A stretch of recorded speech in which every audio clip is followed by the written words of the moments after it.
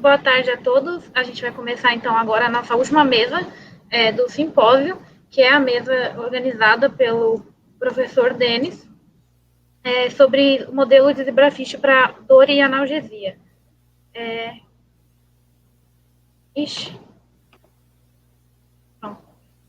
O professor Denis está aí? Tá. Bastidores. Então, obrigado por aceitar o convite, por organizar essa mesa. Eu vou... já vou deixar você fazer coisa. Então, o professor Denis, ele é doutor pelo programa de pós-graduação em Bioquímica da Universidade Federal do Rio Grande do Sul e, atualmente, ele é professor adjunto na Universidade Federal de Santa Maria. Ele desenvolve pesquisas caracterizando e validando modelos experimentais relacionados a doenças neurológicas e neuropsiquiátricas, comorbidades associadas e a busca de potenciais estratégias de neuroproteção utilizando Zebrafish. Dentre as pesquisas na área de neuropsicologia experimental, destacam-se os estudos farmacológicos relacionados ao comportamento tipo ansioso, crises epiléticas e avaliação de resposta de dor, além de padrões comportamentais modulados por agentes estressores e mecanismos neuroquímicos correlatos. Então, agora deixo a palavra com você, Denis. Muito obrigada de novo. E boa mesa. Obrigado, Bia. Obrigado, Laila, pelo convite. Vou projetar aqui, ver se vocês estão vendo tudo ok aí. Vamos ver. Okay. Compartilhar para vocês aqui a tela. Acho que é tela mesmo aqui. Vamos ver. Tá aparecendo. Só colocar em modo de apresentação. Deu. Apareceu? Tá perfeito. Então, tá bom. So, people, thank everybody to the organizing committee for the invitation. I will speak in English because we combine with Professor Sneddon and Fabiano because we are in different parts of the world. So probably the second to present will be Professor Sneddon and the third one will be Fabiano due to some problems of connection in Russia. This roundtable is entitled Zebrafish-Based Models of Pain and Analgesia. And the main topic of my lecture will be the use of zebrafish as a model organism to investigate neurobehavioral basis of pain. I'll start my lecture by briefly comment about pain, which results from a complex neurophysiological response. We know that pain is a debilitating symptom from various diseases, and we have different kinds of pain. One kind of pain is known as physiological pain. The physiological pain usually is acute response, and it's known as a protective and adaptive response, whereas pathological pain is known as chronic responses, which is nociceptive or even neuropathic. And since pain involves brain components or higher central nervous system structures, we know another terminology consists of psychogenic pain, which results from a psychologic threat. The definition of pain has been revised recently in this paper. This paper is a recent concept revised by EASP, which is the International Association of Studies of Pain. And usually this definition should be simple, practical, precise. The definition of pain should better capture personal experience of pain because each subject may experience different forms or intensity of pain. The definition should provide different components of pain and also being aligned with modern concepts of pain. David Morris briefly stated that each definitions in terms of science and medical concepts are simple tools. So when we recognize these definitions are imperfect or even do not involve all the main components of this term, we should always try to perform novel research or even reorganize this definition to make a more precise instrument of research. This task box here of EASP definition of pain 2020 last year, the well-known definition of pain is an unpleasant sensory and emotional experience associated with actual or potential tissue damage. This last year, researchers put this other term here, or resembling that associated with. Why this is important? Because pain usually involves a personal experience influenced by varying degrees of biological, psychological, and even social factors. And most importantly, if we only ensure that people who verbalize or express pain or state I'm feeling pain are the only organisms that feel this kind of sensation, we postulate that non-human animals may not experience pain, which is a problem. So verbal description is only one of the several behaviors to express pain. Inability to communicate does not negate the possibility that a human or a non-human animal experience pain as well. Thus, the main concept of nociception involves the physiological component of pain. We have different steps to perceive pain. Involves transduction, in which a potential harmful stimuli reach or activate nociceptors and trigger action potential. This action potential elicits electrical impulse, which reaches the dorsal horn of spinal cord, and at the spinal cord, some synapses may transmit or modulate this response to a higher central nervous system structures via spinothalamic tract. And reaching the brain, these stimulus may involve different brain structures to be perceived. For example, this impulse is integrated by different structures of the central nervous system, and an organism may express pain-like behaviors or pain responses or even verbalize pain.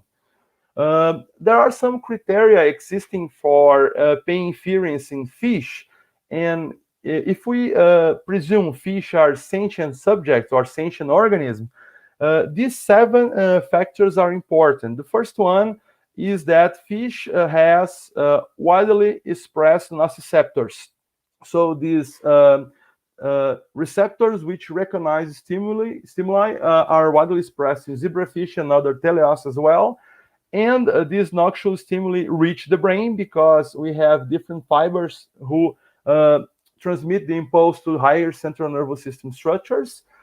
We have in zebrafish evolutionarily conserved, although anatomically distinct, they have the same physiological responses in terms of brain structures.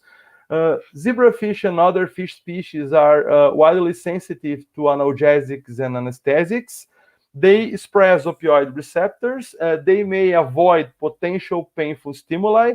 And also, recently, we know and recognize that fish express behavior that can reflect unpleasant sensation. In terms of unpleasant sensation or unpleasant stimuli, we know that stress axis and pain mechanisms are integrated in different organisms, including humans and fish. For example, if some fish is in the presence of a stressor, this stressor may activate the HPI axis in zebrafish, hypothalamus pituitary interrenal axis, releasing cortisol. And cortisol, although is known to elicit adaptive response to stress by increasing blood glucose, we know that activation of anterior pituitary may induce PONC, proteolytic processing, pro-melanocortin, and this gene here may also be involved in beta endorphin production. And beta endorphin may negatively regulate the stress axis by shutting down the cortisol-inducing response as a negative feedback. If we use model systems to elucidate how this kind of behavior may be assessed in different strategies or different protocols, zebrafish constitute important systems in translational neurobehavioral research. I will not talk a lot about zebrafish because it's a zebrafish meeting, but anyway, zebrafish is a powerful translational machine because this species show sophisticated behaviors. We can easily reconstruct zebrafish behavior 3-dimensionally using 2 cameras in the tank. And similar to humans, zebrafish express cortisol as the main stress hormone. And importantly, if we look zebrafish brain and rodent brain and mammalian brain, we know that zebrafish has anatomical difference for sure, but express analogous brain structure for pain perception. This review paper recently we published in collaboration with Professor Sneddon and Professor Calloway. We talk about the use of zebrafish as a potential non-traditional model system in translational pain research, probably by discussing the knowns and the unknowns. We have some advantageous features of zebrafish to study pain. We know that zebrafish has around 70% of genetic homology in terms of gene conservation. Zebrafish is highly homologous in terms of physiological response, and is more easy to perform medium to high throughput screens in zebrafish than using mice or other vertebrate species. And the maintenance in zebrafish is very simple. It's more simple to use zebrafish in laboratory conditions to study pain and to test potential novel drugs with analgesic properties than using rodents or other kinds of species. Different behavioral-like response has been described in zebrafish models. In this timeline here, I show some data. Of course, there are not all data here, but simplified. There are different models to investigate pain in zebrafish by injection of some algogens in the tail, like acetic acid, injection of drugs in peritoneum, injection into the lips, as well as fin clipping. So different molecules are known to elicit nociception in zebrafish, for example, formalin, histamine, CFA, cinnamaldehyde, ACT, and acetic acid as well as fin clipping, because fish may regenerate the fin, and also it can change the normal swimming pattern after this procedure here. The main behavioral endpoints described for zebrafish basically involve hypolocomotion. Fish swim less. They may increase opercular beating rate, showing freezing responses. They may perform rocking behavior left and right in the tank, erratic movement, which are non-coordinated movements in this tank. They may increase tail beat rate in terms of acetic acid in the tail. Fish may increase the time spent in top, sometimes due to some stereotypic behaviors. They may increase anxiety, spending more time at the bottom. If we inject, Fabiano will talk more precisely later, acetic acid IP in zebrafish, we observe rhythm-like behavioral response similar to the abdominal constriction response well described for mice, for example, and increased sociability, because fish may also show increased defensive response as group behaviors. This kind of response I will briefly mention here, show some data from our lab. Rhythm-like response involves the injection of algogens into the intraperitoneal cavity. In terms of zebrafish, we use acetic acid in a concentration ranging from 2.5 to 5%. And as we show here for you, you observe clearly that zebrafish injected with acetic acid has an abnormal phenotype. We observe difference in the body curvature, in which we can easily measure using ImageG, which is a freeware software in the internet. So we have different protocols to recognize and to measure this kind of pain-like behavior in zebrafish. Fabiano will talk later about the characterization of this model, and after trying to see which behavior may be effective to recognize pain after IP injection in zebrafish, we made a second question. One question we made is, do endogenous opioid negatively modulate pain in zebrafish? So in this paper, we tested different concentrations of naloxone, different doses of naloxone IP, to see if we block opioid receptors, which will be the main response observed in terms of behavior. So as you can see in this graph, if we inject, for example, acetic acid in red here, fish increase the body curvature index, as I show you here in this slide.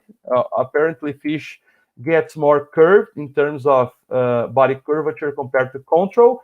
And this response is abolished after 30 minutes, which represents an acute response similar to visceral acute pain. If we use naloxone at different doses, 1 to 5, 2.5, and 5, we observe that the naloxone dose-dependently increase the latency to return to the baseline curvature. So probably this suggests that if we block opioid receptor, this response to recover in terms of behavior has a delay. Probably this delay depends on the production of endogenous opioids of zebrafish to recover of this phenotype. A second point which is of interest from our group is if does pain affect stress and camouflage responses in zebrafish. There are some papers showing that the stress axis, especially CRF, when activate the pituitary, may increase the production of alpha MSH. Alpha MSH is responsible to promote melanosome dispersion in fish and increase the pigmentation or mediating camouflage response. In terms of dark, if you put fish in dark, they increase melanosome dispersion and get darker. If we put zebrafish in the light, you will not probably produce intense quantity of alpha MSH and will be you occur melanosome aggregation. So light will make fish get pale. Okay. And as I mentioned before, pro-melanocortin is important to produce this stimulating melanocyte hormone as well as beta endorphin. So our intention was to test if acetic acid and a potential modulation of opioid receptors could influence cortisol release as well as pigment response in zebrafish.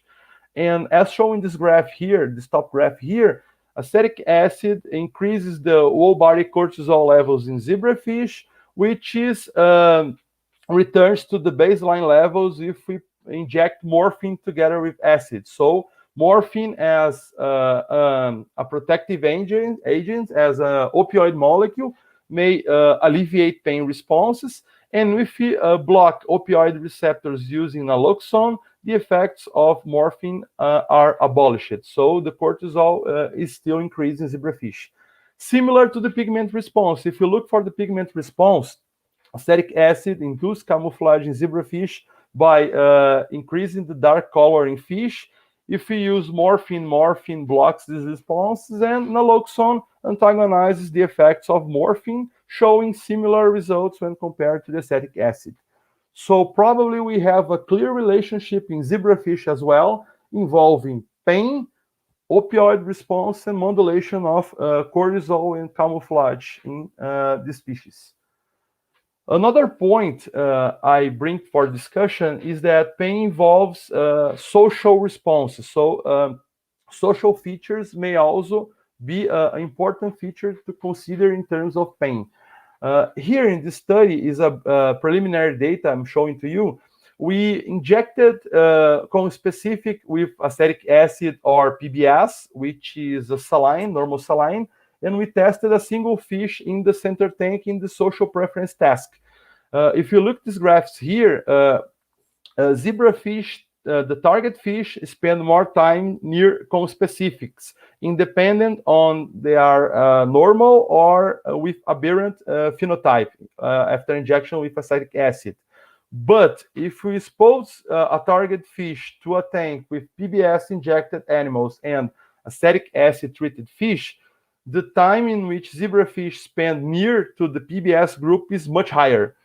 So probably we know that zebrafish has a preference to conspecifics, but importantly, there is a kind of visual discrimination of pain in which fish prefers to spend more time near healthy colleagues, as I can say here, this form. A second step was to test shoaling behavior using an heterogeneous injected fish. So the main experimental protocols involves removing one fish, injecting one fish with PBS, acetic acid, morphine, or acetic acid plus morphine, and put again with the conspecifics.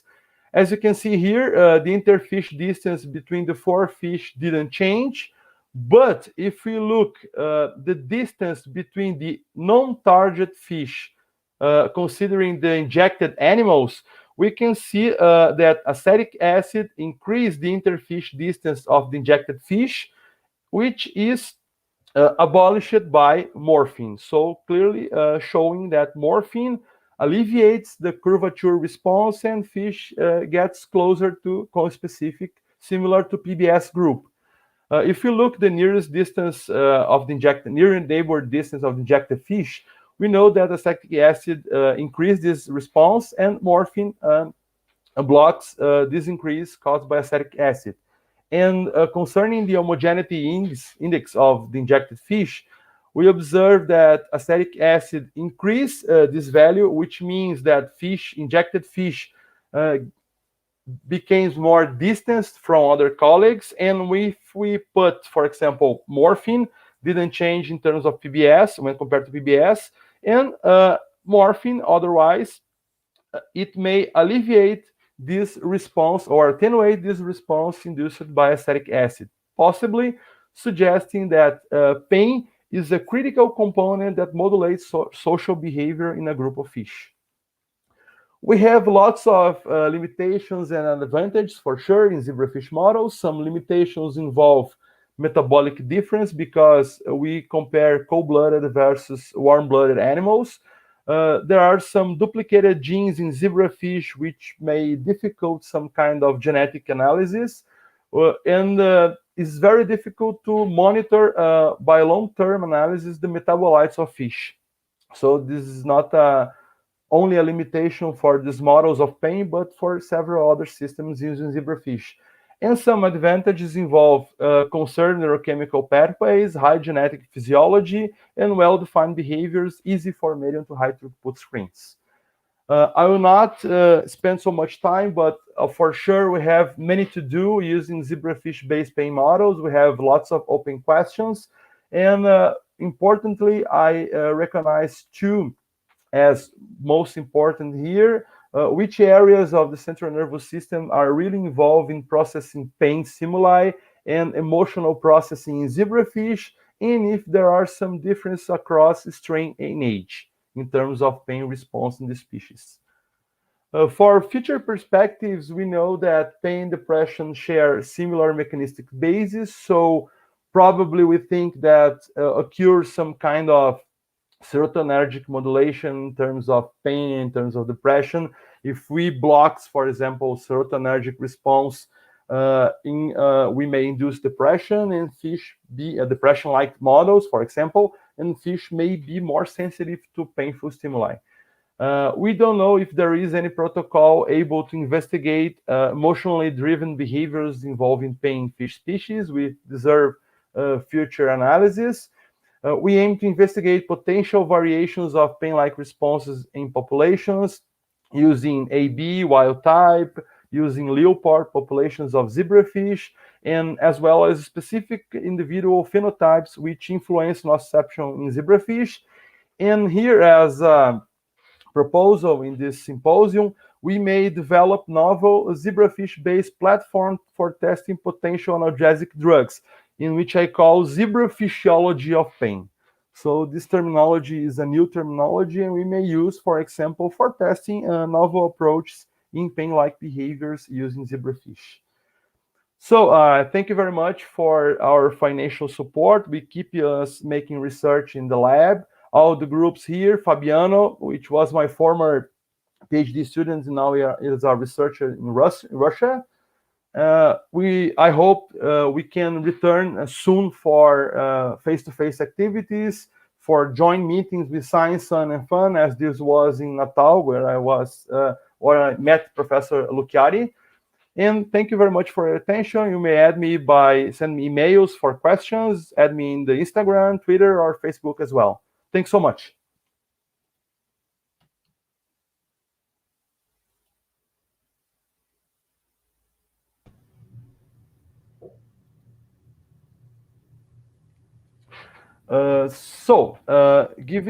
Continuing our symposium, it's a tremendous pleasure to introduce you Professor Sneddon, Professor Lynne Sneddon.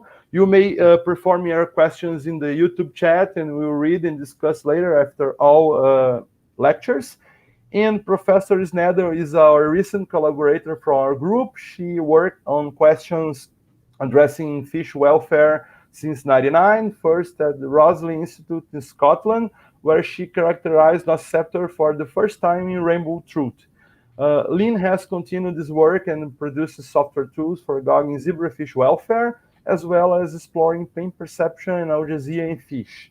Currently, Professor Sneddon conducts her research at the University of Gothenburg in Sweden, where she's investigating brain response to analgesia and anesthesia in zebrafish, alongside the interplay of pain, fear, and stress in modulating pain response. She's convener of LASA working group, developing a report on pain management in laboratory zebrafish. So, Professor Sneddon, it's a great pleasure to have you here again with us, and you may share your screen to us. Thank you. Thank you very much, Denis. That was really wonderful introduction and such a great talk as well. So it was wonderful to hear all the work that you're doing at the moment, which is really interesting.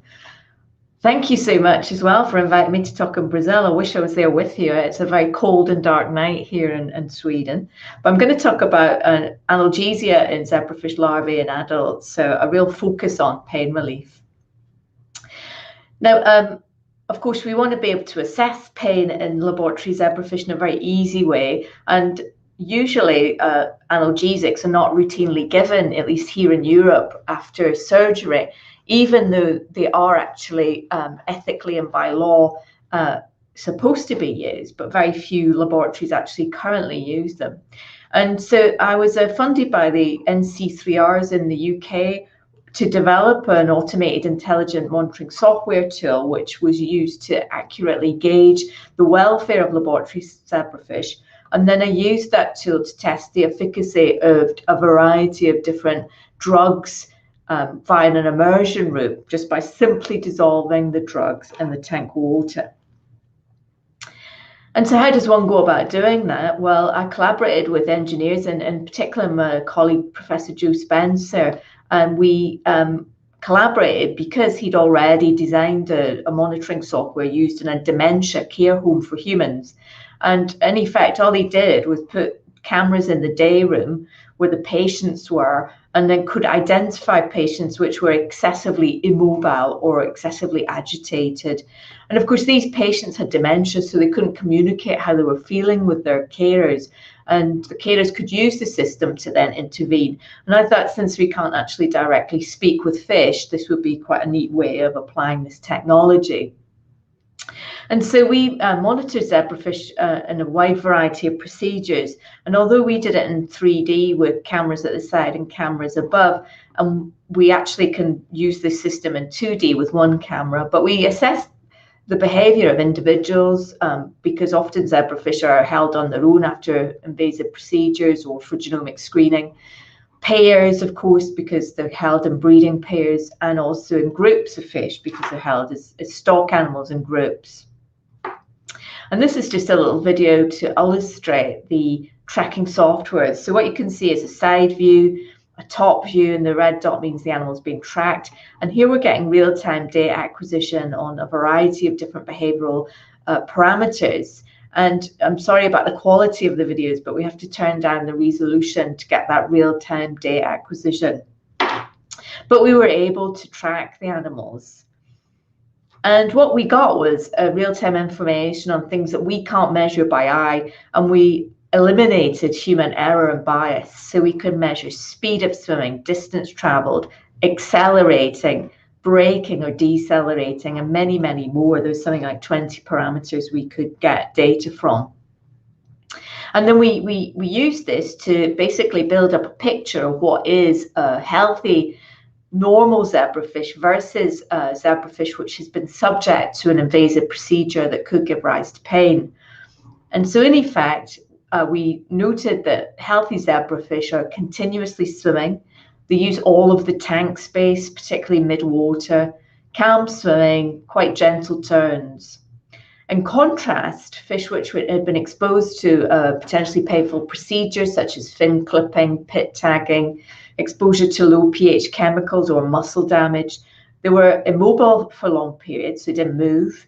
They used mostly the bottom of the tank, and we saw bursts of erratic swimming as well as unusual behaviours, which Denis explained perfectly in his talk. And so we ran a series of experiments to use the data to inform our tool. This is just some examples. So here we have a fish swimming constantly in mid-water, constantly moving, turning quite calmly. And so in effect, that's a normal, healthy zebrafish, which had been acclimated for 2 weeks in this tank, and we hadn't done anything to it. In contrast, here is a fish which is sitting on the bottom and not doing very much. It's wafting its tail quite a lot, but not actually going anywhere. And this is a fish which was anaesthetized, and then a fin clip was taken from, so part of the tail fin was removed for genomic screening. And you can see the behavior is quite different. So this is an unhealthy fin clip fish. Now, typically, analgesics, pain-relieving drugs are not provided afterwards. And here we have another example. So this fish is in mid-water, quite calm turn there. It's using all of the space. Another calm turn. And then what happened to this fish was that it was actually given a fin clip, but we gave it lidocaine, a local anesthetic with pain-relieving properties, and we just dissolved that in the water at 5 milligrams per litre, and you could see the behaviour was much more normal. So this is the type of data that you can get from this tool, and what you can see here is just a diagram of the fish tank, and then the dots represent where the fish was for the last 25 minutes. Green dots are slow swimming, red dots are fast swimming. And you can see the control undisturbed animals are using all of the tank. Here we have sham-handled animals which are anaesthetized, but nothing's done to them, again using most of the tank. And then we have fish which have received a tail fin clip, and you can see the behavior is quite different, mostly in the bottom of the tank. This is pit tag insertion, which is done under anesthesia, where an incision is made in the abdomen and a pit tag is inserted. This is muscle damage to simulate surgery, and you can see again the behavior is very different. And this is exposure to acetic acid at 1%, so you can see the behavior is quite different again. And this was 2 hours after treatment. And so what we decided to do is use the fin clip model to test a range of different drugs with analgesic properties. And of course, we looked at the main 3 types of analgesics: local anesthetics, non-steroidal anti-inflammatory drugs or NSAIDs, and an opioid. So here we have lidocaine, which is a local anesthetic at 5 milligrams per litre. We see a recovery. So this is 2 hours after the fin clip. And so the animal is using most of the space. However, when we tested bupivacaine at 1 milligrams per litre here, it was not very effective in preventing behavioural changes. We tested this NSAID, flunixin, 2 milligrams per litre, not very effective, whereas at 8 milligrams per litre it was. And then morphine at 3 milligrams per litre, not very effective. And then at this whopping great 48 milligrams per litre, it was effective. And so that then provides us with quite useful information on immersion analgesia. To develop the tool, we looked at what were the most interesting, the key behaviours that actually dictated the difference between our control groups and pain-treated groups. And we performed a principal components analysis. And we found that distance swim, location, activity were very important. And we performed chromatic analysis, which is effectively colour analysis. So we have red, green and blue. And so by combining the values from this, we can create a colour for each fish. And so we developed this software, and we could extract the data in real time to provide a current health status of these fish. And as I said, we used it in 2D with one camera, blinded to a variety of other treatments. And also we took it out to a local public aquarium to test it in their quarantine area. And this effectively is what happens. The software takes the data and assigns a health color or health index to the animals. So if it's green, the animal's normal. If it's okay, the animal comes up as blue. And if it's unhealthy, it's yellow, and abnormal is this pink color. And this is a fin clip fish for the last 1 minute, 10 minutes, 20 minutes, or 30 minutes. So this is the most up-to-date health status. So I'll just give you a couple of examples. This is a sham-treated fish, anesthetized, but nothing done to it before the anesthesia, and it's coming up as normal. Then 2 and 3 hours after, and it's coming up as normal. And then if we look at a pit-tagged fish before anything's done to it, it's coming up as normal. And then for the last 1 minute, it's suddenly hyperactive. And this can happen. It can be really active for a minute, or really underactive or hypoactive for a minute. And so really we must base any health status on 10 minutes to get a true picture of the animal. And then if you look at 2 hours and 3 hours afterwards, we see the data is in pink, so it's coming up as abnormal. And the idea is we're trying to develop this to provide an alert to carers or researchers so that they can come and intervene and improve welfare. So here's an example of it running. This is the animals being tracked. We have the health index normal. We paused it and we fin clipped this fish. And you can see here it's coming up as unhealthy. And if you keep your eyes here, it will refresh after a minute of data. And you see it's refreshed and it's now coming up as abnormal. And so it'd be hoped that 10 minutes of abnormal behavior, you would receive a text or an email to alert you that there is a problem. And we published this, and we call it the Fish Behavior Index, and it's freely available online to download and and to use, as long as you cite our article. I'm pleased to say we have had downloads across the world. And as an idealist, I hope people use it to improve zebrafish welfare.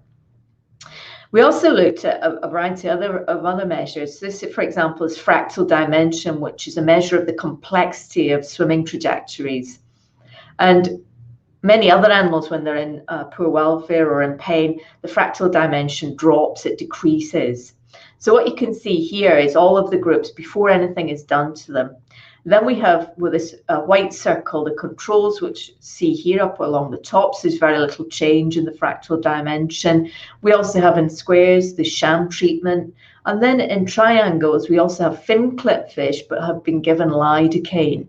And so they are similar to the control and sham groups, which is what we want for effective analgesia. And then down here, we can see we've got 1% acetic acid in this gray square, 5% acetic acid in this gray circle, and 10% acetic acid in this diamond here. So it's a dose-dependent response. And pit-tagged fish are here, and then we have the fin clip here. So this is quite a change. If you give lidocaine, the animal's swimming trajectories and the complexity of movement is improved. We also came up using that with an arbitrary pain scale. It's hypothetical, and based on the range of values that we got in terms of the complexity of movement. This is the control values. So this is the range of the control animals. This is fin clip plus lidocaine. Then we have sham handled, then 1% acetic acid that was injected subcutaneously into the lip, 5%, then we have pit tag fin clip, and 10% acetic acid. So we decided this area was normal behavior because it was the controls. This was stress because it was the recovery from anesthesia and handling. And then we have mild, moderate, and severe pain. Now, obviously, there could be other things you do to zebrafish that could be more severe, and so this needs further additions to it, really, to use it. But at least we have some sort of pain scale now for zebrafish. So we've tested a range of analgesics, and of course, many other labs across the world have done the same thing. And we tested local anesthetics like lidocaine and bupivacaine. What you see here is the dose, the range of doses that were tested, the route of administration, so immersion, just dissolving in the tank water, the side effects that were recorded in those studies, so they're limited to the studies that investigated them and whether any side effects were observed. And then the efficacy, what is the effective concentration? So for lidocaine via immersion, it's effective at 2.5 to 5 milligrams per litre for individual adult zebrafish. We tested bupivacaine 0.5 to 1.5 milligrams per litre and found that it was not effective. It could be a higher dose, of course, is effective. And then a variety of other labs and myself have tested morphine between 2.5 to 50 milligrams per kilogram, injected intramuscularly, and we find that 5 milligrams per kilogram is effective.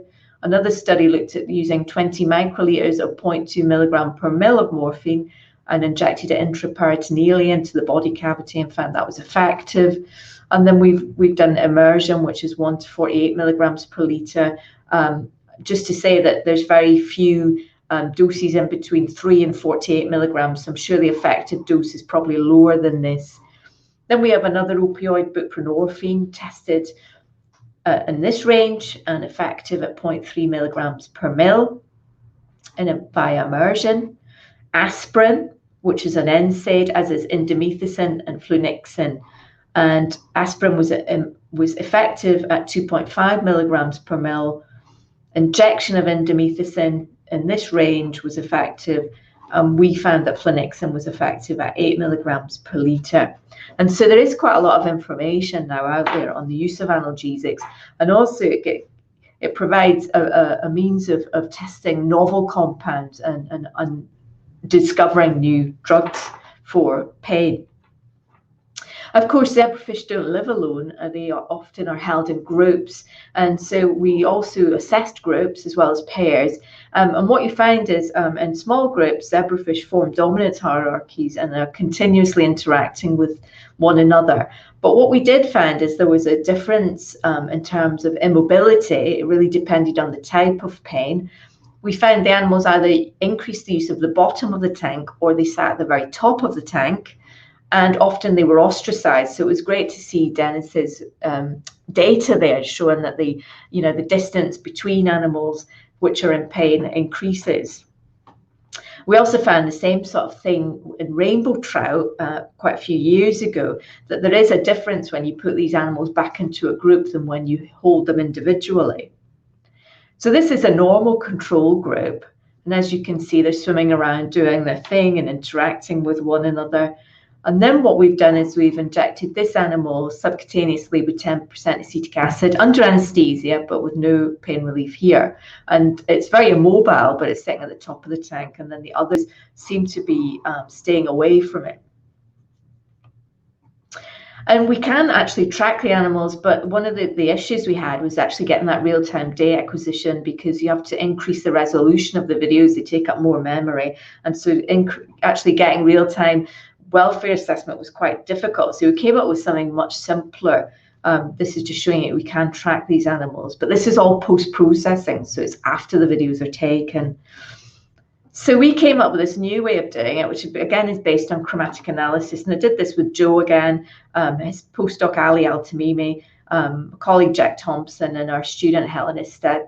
What you see here is the video frame, and the fish are white against a darker background. And the more they move, the more white there is. So if you measure light saturation, it's a proxy for activity. You can then look at hue vertically and horizontally, and that tells you where the fish are in the tank. And then you can look at clustering. And often when fish are anxious, they will cluster more closely together.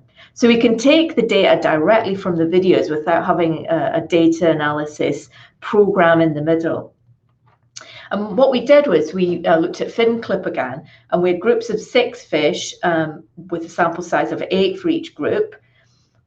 We had controls and sham-treated fish, and then we had groups with 1, 3, or 6 fish were clipped, and then another set where 1, 3, or 6 fish were clipped, but they were given lidocaine at 5 milligrams per litre.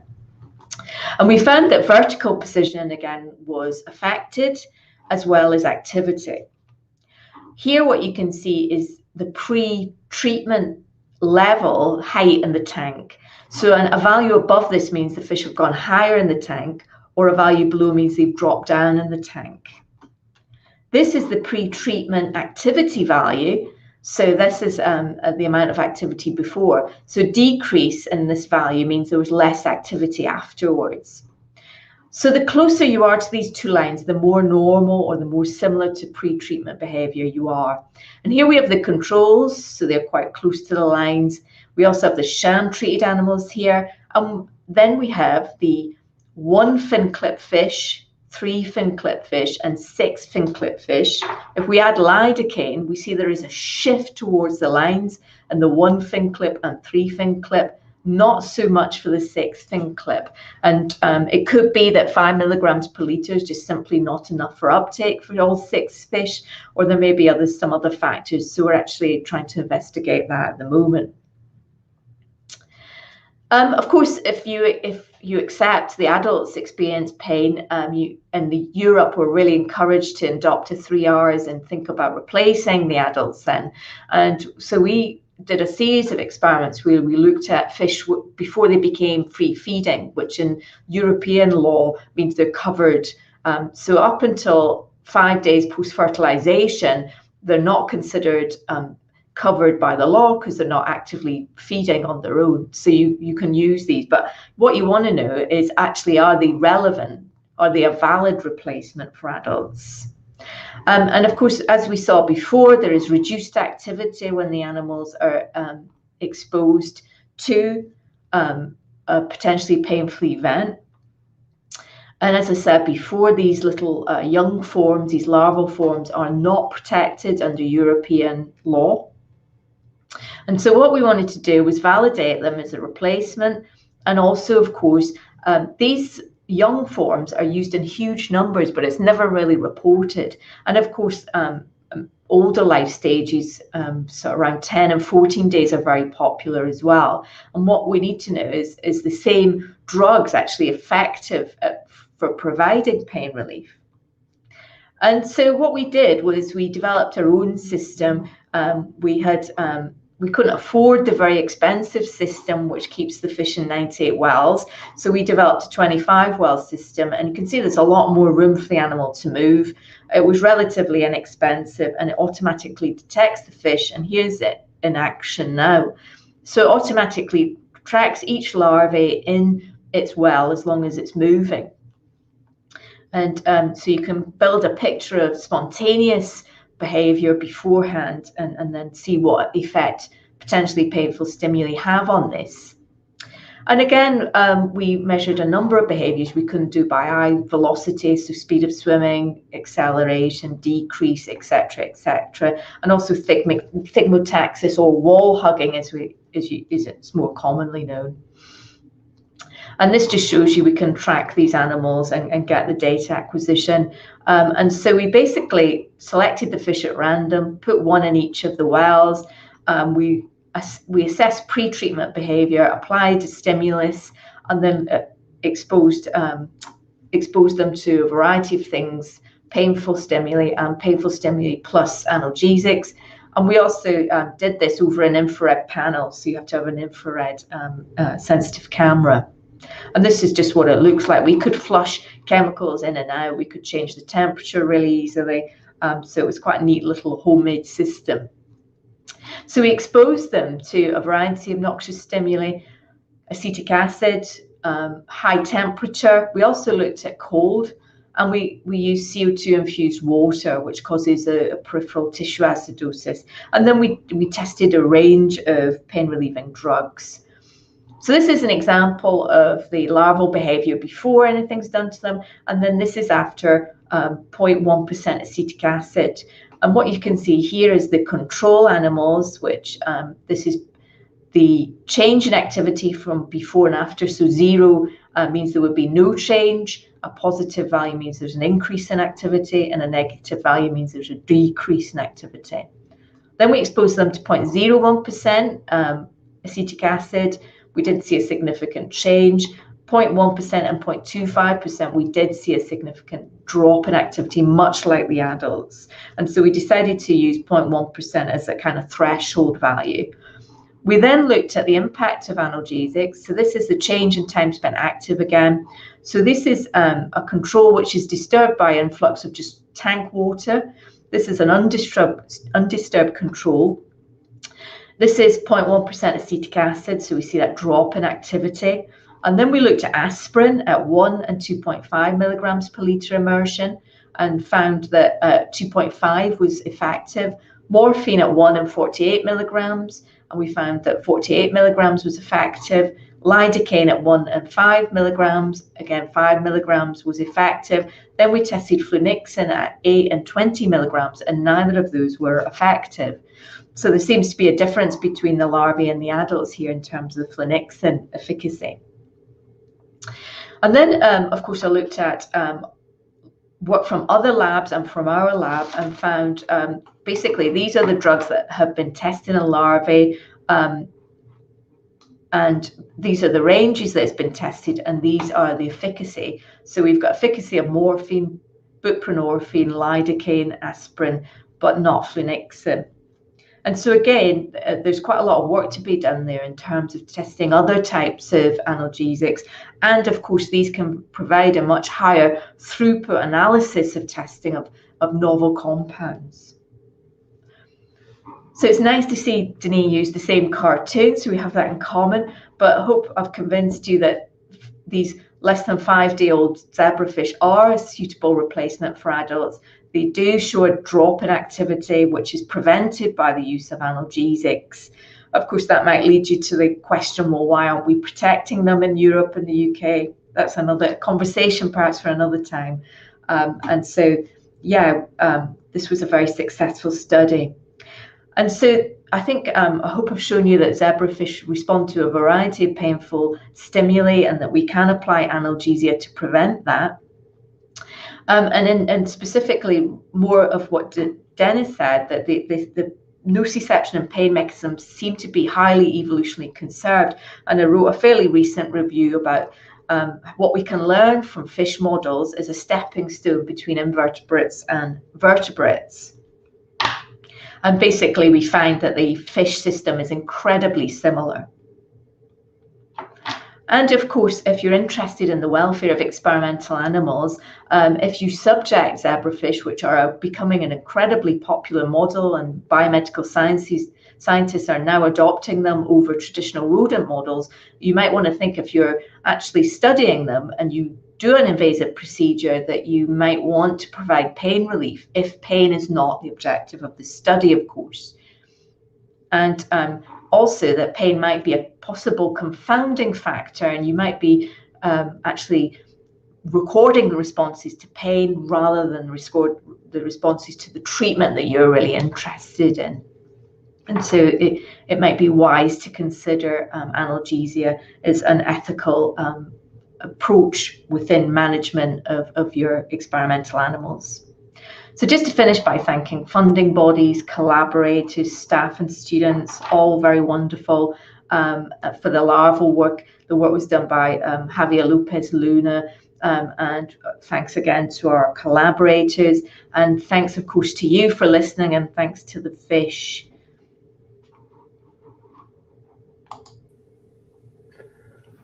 So Lynne, I know, are you listening? Okay. Yeah. Thank you. Thank you very much for your wonderful lecture. Indeed, zebrafish is a tremendous tool to assess a wide range of behaviors and phenotypes. I will ask people who may make some questions in the YouTube chat for the discussion. And now for our last speaker will be Fabiano Costa. Fabiano, we talked to Fabiano to speak in Portuguese because Fabiano is in Russia, so sorry for the connectivity. The internet may be not good. So we have difference from the schedule. Lynne probably is 7 p.m. Fabiano is about 9 p.m. in Russia. We have different schedule. Yeah, so it's the wide difference of hour between countries. So Fabiano is bachelor in biomedicine, master in pharmacology, and recently finished his PhD in biological science, toxicological biochemistry at the Federal University of Santa Maria under my supervision. He has been hired as a researcher at Sirius University Science and Technology in Sochi, Russia. His main topic of interest is neuroscience, pharmacology, and pin-like responses in alternative zebrafish models. So, Fabiano, thank you very much for accepting our invitation. It's up to you. Não, prazer meu. Pessoal, eu já peço com antecedência desculpa se a internet não colaborar aí, mas não tem muito o que fazer. Eu estou trancado num hotel aqui com 2 semanas de quarentena, então peço paciência para vocês só. Estão me escutando bem aí, Denis? Tá tudo certinho? Bom, enfim, vamos começar.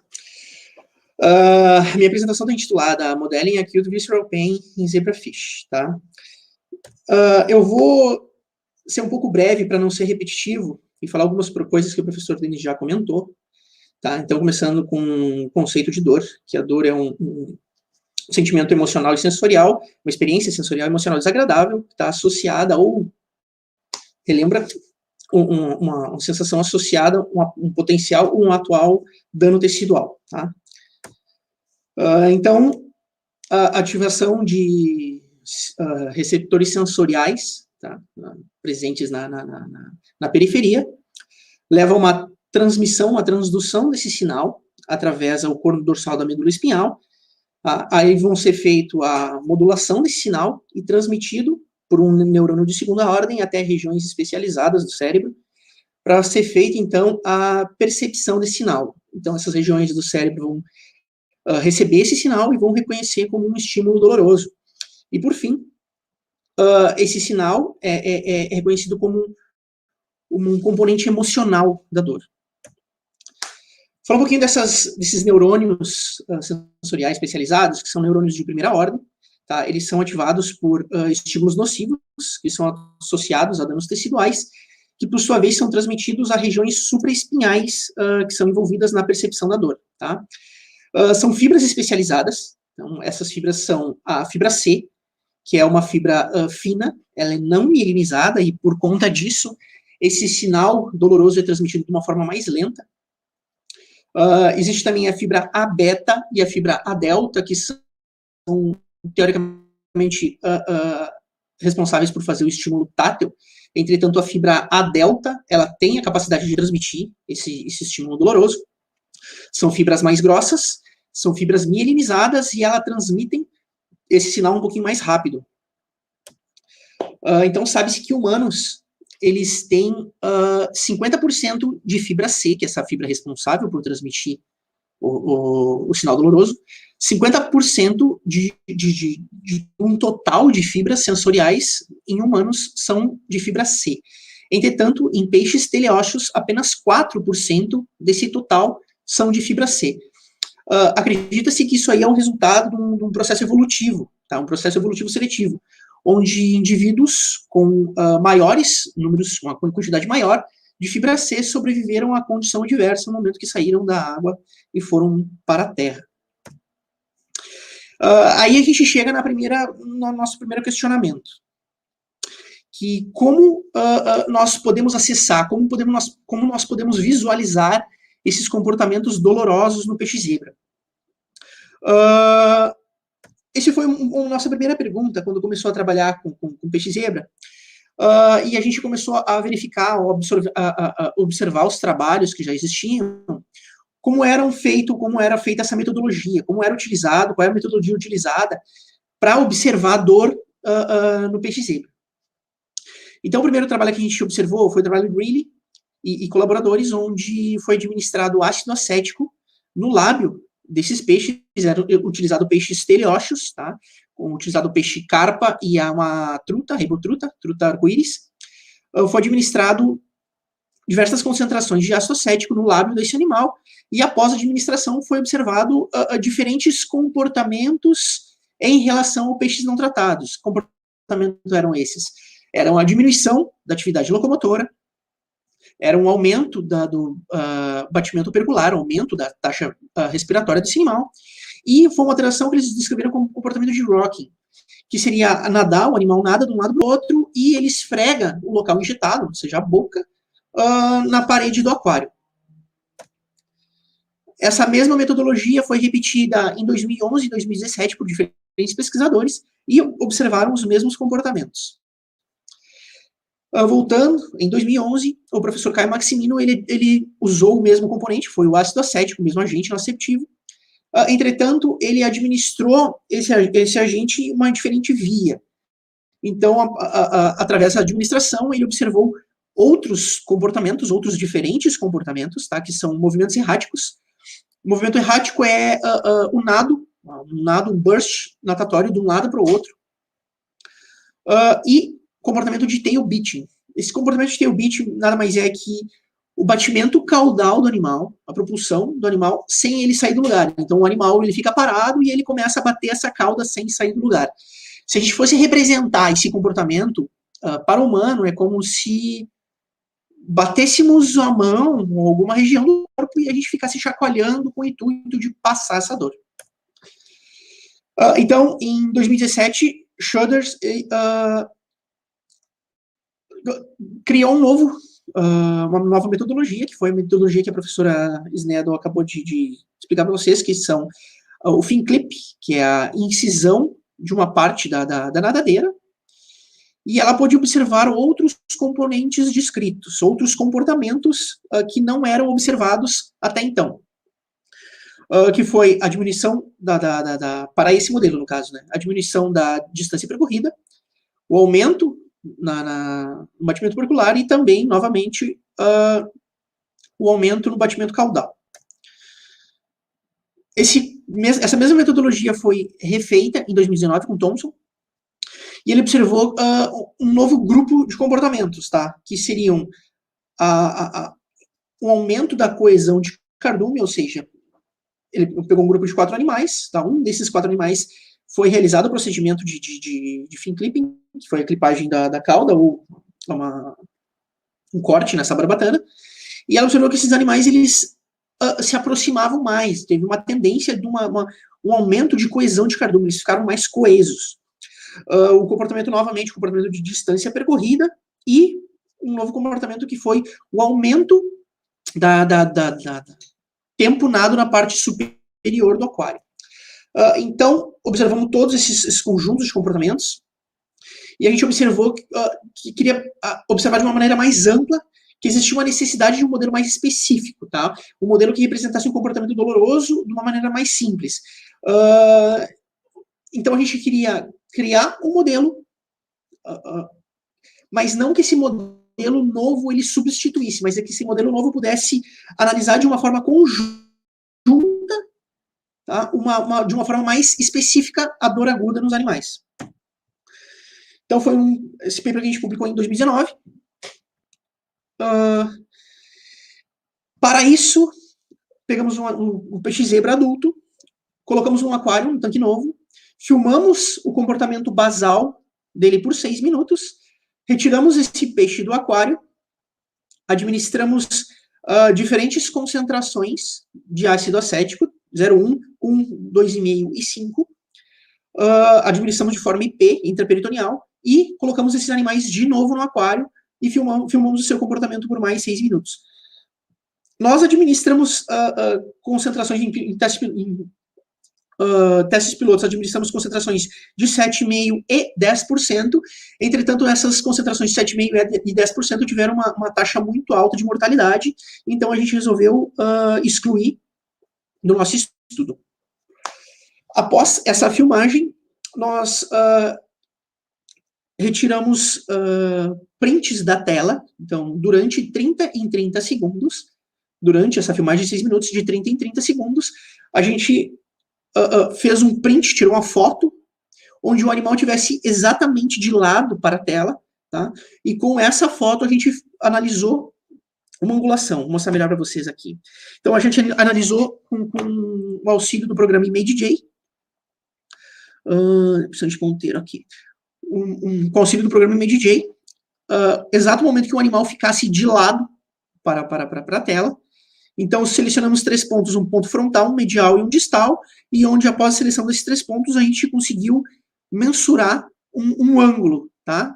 E a partir desse ângulo, a gente subtraiu de 180, que seria um animal completamente reto, e multiplicou por -1, onde obtivemos o delta da curvatura corporal, e esses resultados foram colocados como índice de curvatura corporal. Como primeiro conjunto de resultados, a gente observou que os animais tratados com a concentração de 2,5% e 5% de ácido acético, eles tiveram um aumento desse índice de curvatura corporal em relação tanto aos animais tratados com 0,5% e 1%, como também ao seu controle, aos animais basais, a parte basal, aos primeiros 6 minutos de gravação, onde a gente pode ver os primeiros 6 minutos, a seta vermelha indica o momento da injeção e os outros 6 minutos após a injeção. Então, podemos observar aqui os animais tratados com 2,5% e 5% tiveram uma alteração do índice de curvatura corporal em relação tanto ao seu controle como as outras concentrações, 0,5% e 1%. A gente observou também que esse ácido acético, ele aumenta a curvatura corporal de uma maneira dose dependente. Então, quanto maior for a dosagem, maior é esse aumento de curvatura. Tá? E nessa foto a gente pode ver uma visualização gráfica, tá, dos animais, onde aqui temos os animais administrados com BBS, os animais administrados tanto com ácido 0,5% e 1%, e aqui os animais administrados com 2,5% e 5%, a gente pode visualizar, tá, que esses animais eles têm uma alteração nessa curvatura corporal com o momento antes da injeção. Aqui uma representação individual desses animais, tá, onde cada quadrado representa um animal, e quanto mais escuro essa coloração, maior seria o valor da área sobre a curva. Analisamos também alguns comportamentos exploratórios, alguns parâmetros exploratórios, onde podemos observar aqui o ácido acético, ele modula a corrida, transições para o topo, tempo gasto na parte do topo e freezing. Entretanto, apenas a concentração de 5% foi capaz de fazer essa alteração no freezing. Então, a gente pode concluir que o ácido acético ele modifica parâmetros exploratórios no peixe zebra. Para a gente poder afirmar, ou pelo menos ter certeza de que esse comportamento era comportamento doloroso, a gente precisava tratar esses animais com um analgésico que é amplamente utilizado na clínica, que é um fármaco de primeira escolha, tá? Na analgesia. Então, o protocolo, seguimos o mesmo, 6 minutos de gravação do comportamento basal desse animal. Esse animal foi retirado do aquário, injetado com... Aqui está mostrando diferentes concentrações, mas a gente administrou somente a concentração de 0,5%, de 5%, que foi a concentração que teve o maior efeito. Administramos morfina sozinha, naloxona sozinha, nas respectivas concentrações, e ácido junto com a morfina, e ácido com a morfina e a naloxona. Após essas administrações em diferentes animais, a gente colocou esse animal, ou esses animais, de volta no aquário para filmar o seu comportamento basal de uma maneira individual. Então a gente pode observar que, como a gente já tinha visto, que os animais tratados com ácido acético, tá, que 5% eles tiveram esse aumento dessa área sobre a curva, tá? Aumento da curvatura corporal em relação ao seu controle, em relação aos animais tratados com BBS, e podemos observar que o animal tratado com ácido e morfina, que a morfina foi capaz de bloquear este efeito nociceptivo, bloquear este aumento da curvatura corporal causada pelo ácido. Além disso, a gente pode observar que a naloxona, ela bloqueou os efeitos da morfina, fazendo com que os animais voltassem a ter um aumento na curvatura corporal causado pelo ácido. Aqui a gente pode ver no outro gráfico, representando que os animais tratados com ácido tiveram esse aumento da área sobre a curva em relação ao PBS, e podemos observar que a morfina, ela bloqueou os efeitos do ácido e a naloxona bloqueou o efeito da morfina. Então a gente pode concluir que o índice da curvatura corporal alterada pelo ácido acético, ela é modulada pelo sistema opioide, uma vez que a morfina bloqueia o efeito do ácido e a naloxona bloqueou o efeito da morfina. Aqui a gente pode ver uma representação gráfica desses animais, tá? A gente pode ver o ácido, teve aumento da curvatura corporal, o ácido junto com a morfina, que não teve essa diferença, e, por fim, a naloxona bloqueando os efeitos da morfina, que o animal tendo alteração na curvatura corporal. Aqui a representação individual desses animais, onde podemos observar o ácido e o ácido morfina naloxona tendo um aumento. Então, nesse mesmo conjunto de experimentos, a gente analisou se os modelos exploratórios, os parâmetros exploratórios eram modulados pelo sistema opioide, ou a gente pôde observar que somente no freezing e no tempo gasto na área sobre o topo tivemos uma modulação do sistema opioide, onde no freezing a morfina foi capaz de bloquear esse freezing causado pelo ácido acético. Entretanto, a naloxona não foi capaz de bloquear esse efeito da morfina, e por sua vez, no tempo gasto na área do topo, tá? A morfina bloqueou esse aumento do tempo gasto no animal causado pelo ácido, e a naloxona bloqueou os efeitos da morfina. Então, a gente pode afirmar que o sistema opioide modula alguns parâmetros exploratórios induzidos pelo ácido acético. Por fim, utilizamos um outro analgésico, mais especificamente o diclofenaco, que é um fármaco anti-inflamatório com propriedades analgésicas, tá? Só que a gente teve que alterar um pouquinho a metodologia, porque como o diclofenaco ele tinha ação 15 minutos após a administração, a gente teve que fazer um protocolo um pouco diferente. Então a gente pré-tratou esse animal com o diclofenaco, colocou esse animal num aquário, a gente filmou por 15 minutos, e nos últimos 6 minutos dessa filmagem, a gente colocou o animal por 15 minutos, e nos últimos 15 minutos desse comportamento animal, a gente começou a filmar os animais durante 6 minutos, retirou novamente esse animal do aquário, administrou o ácido acético 5%, e colocou de novo esse animal no aquário, para então ter a filmagem da atividade comportamental do animal. Assim, a gente observou que o diclofenaco, essa alteração na curvatura corporal, ou de prevenir, no caso, essa alteração na curvatura corporal causada pelo ácido acético, entretanto, ele não foi capaz de modular alguns comportamentos complexos, que são comportamentos exploratórios causados pelo ácido acético. Então, a gente pode afirmar que o pré-tratamento do diclofenaco, ele previne alterações na curvatura corporal, mas ele não afeta parâmetros exploratórios causados pelo ácido. Por fim, a gente observou que essa alteração na curvatura corporal, ela não é dependente de sexo, ou seja, usando tanto homem ou fêmea quanto macho, não tem alteração significativa em relação à curvatura corporal com o seu basal. Então, não existe diferenças entre macho e fêmea no modelo de curvatura causado pelo ácido acético. Aqui tem um vídeo para exemplificar, para ficar mais fácil de vocês observarem como que é o comportamento do peixe zebra.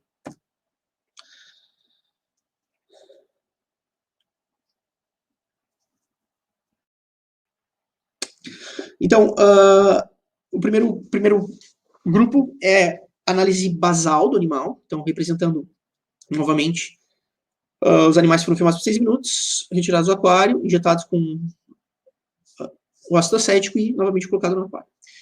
O primeiro peixe representa o basal, tá? O comportamento normal do animal, onde o animal explora o aquário de uma maneira uniforme, subindo, descendo, sem alterações comportamentais aparentes.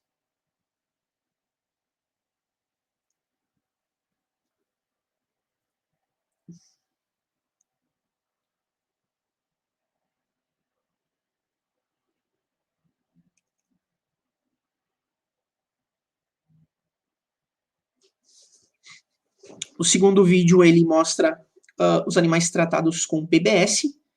Lembrando que o PBS seria o controle, onde o animal ele não deveria ter nenhuma alteração corporal, tá? Mostrando que o animal ele continua explorando o aquário de uma forma uniforme, sem nenhuma alteração comportamental aparente, não alterando o seu padrão natatório. E, por fim, é o animal que teve essa administração de ácido acético no peritônio, onde a gente pode observar que ele teve uma alteração tanto na coloração do animal, tá? ele teve uma alteração na sua curvatura corporal, onde o animal, visivelmente, ele está torto, digamos assim, ele está curvado, ele apresenta freezing, ele tem um aumento de freezing, e ele tem um aumento na taxa de natação na parte do topo do aquário. Ele apresenta um nado característico de nadar no topo do aquário de uma maneira circular. Então, a gente pode concluir nesse trabalho que essa metodologia de administração no peritônio do animal, ele diminui a locomoção, assim como a gente observou em outras metodologias. Ele aumenta o freezing, ele tem alterações na atividade locomotora. Essa metodologia é análoga a uma metodologia existente em roedores, que é a administração de ácido acético no peritônio dos roedores, que é o comportamento de contorção. E a gente pode concluir que esses achados, eles permitem uma expansão de estudos utilizando um organismo modelo em pesquisas científicas relacionadas à busca de potenciais estratégias farmacológicas para a dor, mostrando que ela é simples, fácil de quantificar e pode ser prevenido por analgésicos clinicamente ativos. Então, eu agradeço a oportunidade de mostrar o trabalho e muito obrigado.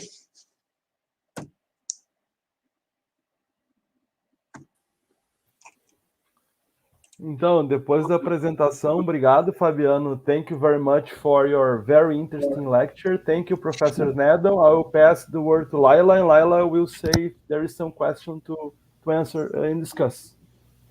So thank you very much for this lovely presentations. I learned a lot.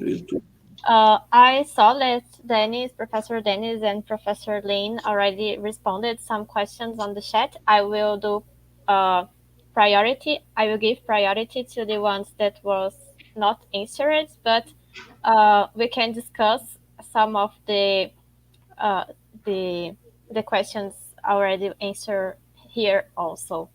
So if anyone have more questions, you are free to send it in the chat. Let's start with a question for Professor Sneddon. Do you think there will be pharmacological differences between treatment via immersion and injection? Yeah, there probably will be, because we've got no idea of how much the animal is taking up from its external environment, and we assume that it's either been taken up via the gills, or if you have any damage, that any local anesthetics are working locally in that area.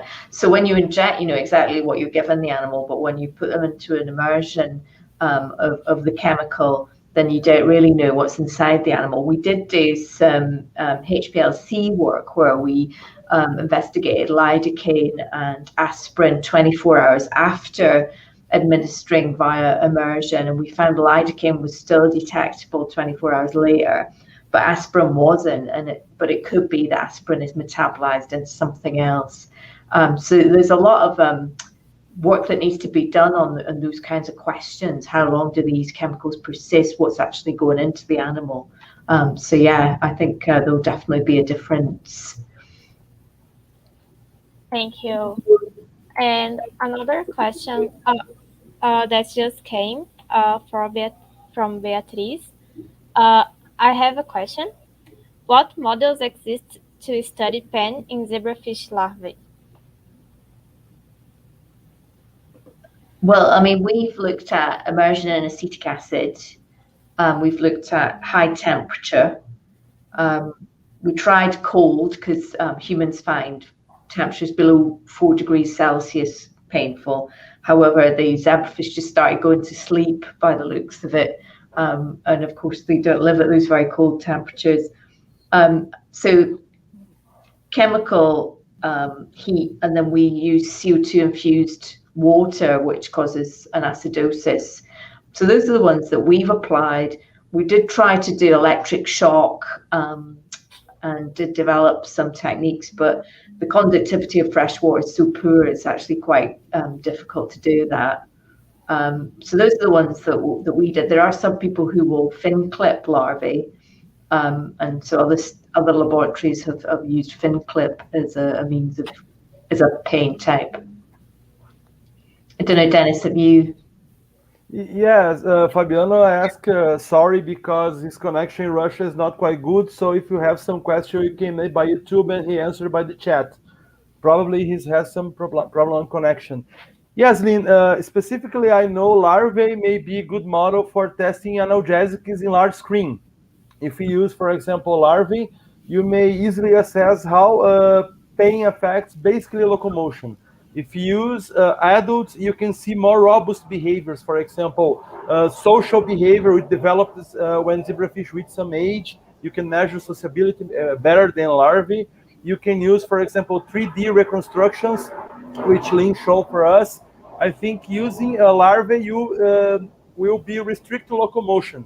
If you use adults, you can have more options to test a wide range of behaviors, but in a medium to low high throughput manner, not so large as larvae can do. Thank you very much.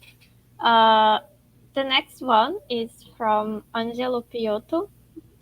In addition to behavior parameters, are there biochemical markers studied in pen models?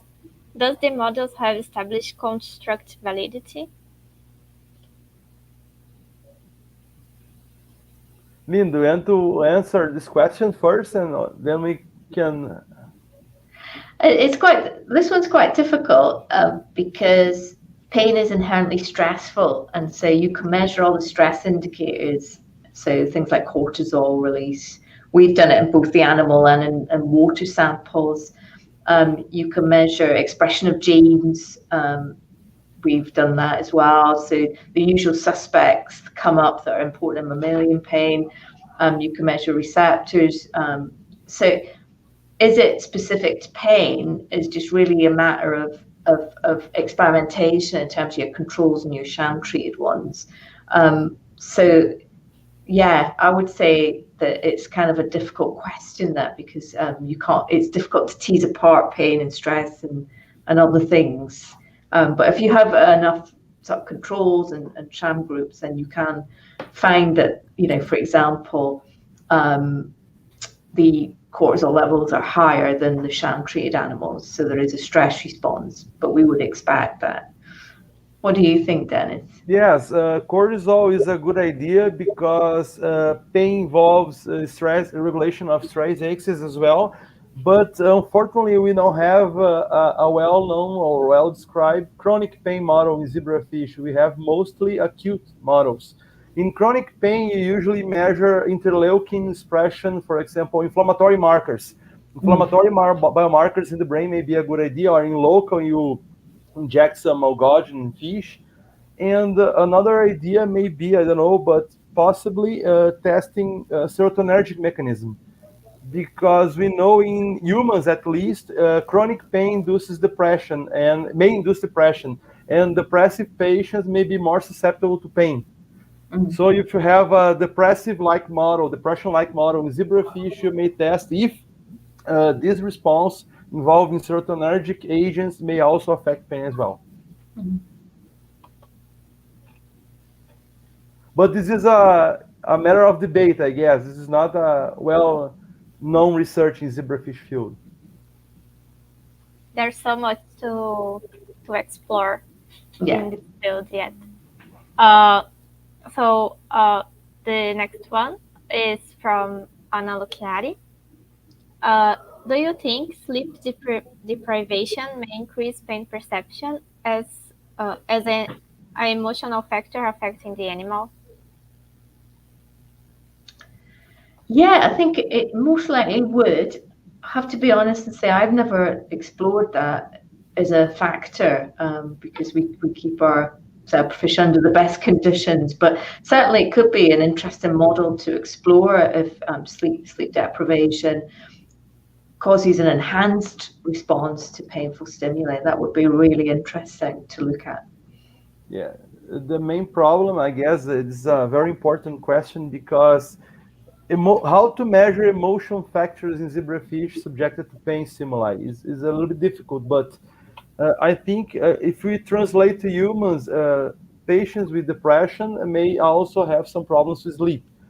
So if you model sleep deprivation, using, for example, acetic acid, you may be certain that you have the maximum curvature reach when you inject 5%.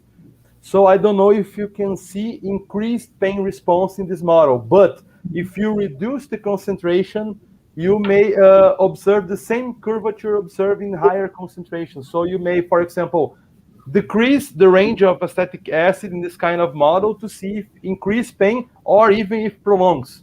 As we tested naloxone, as I show in my lecture, we cannot ensure that naloxone increases pain because the maximum curvature change was reached. But we know that the latency to reach the normal phenotype has increased. So this may be a good opportunity as well to check.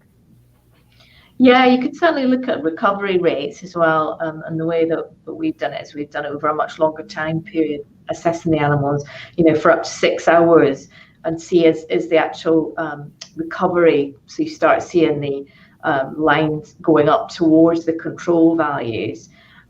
You could certainly see if the line continues to remain flat or continues to go down, the animals are worse affected, or they're not recovering as quickly as other animals.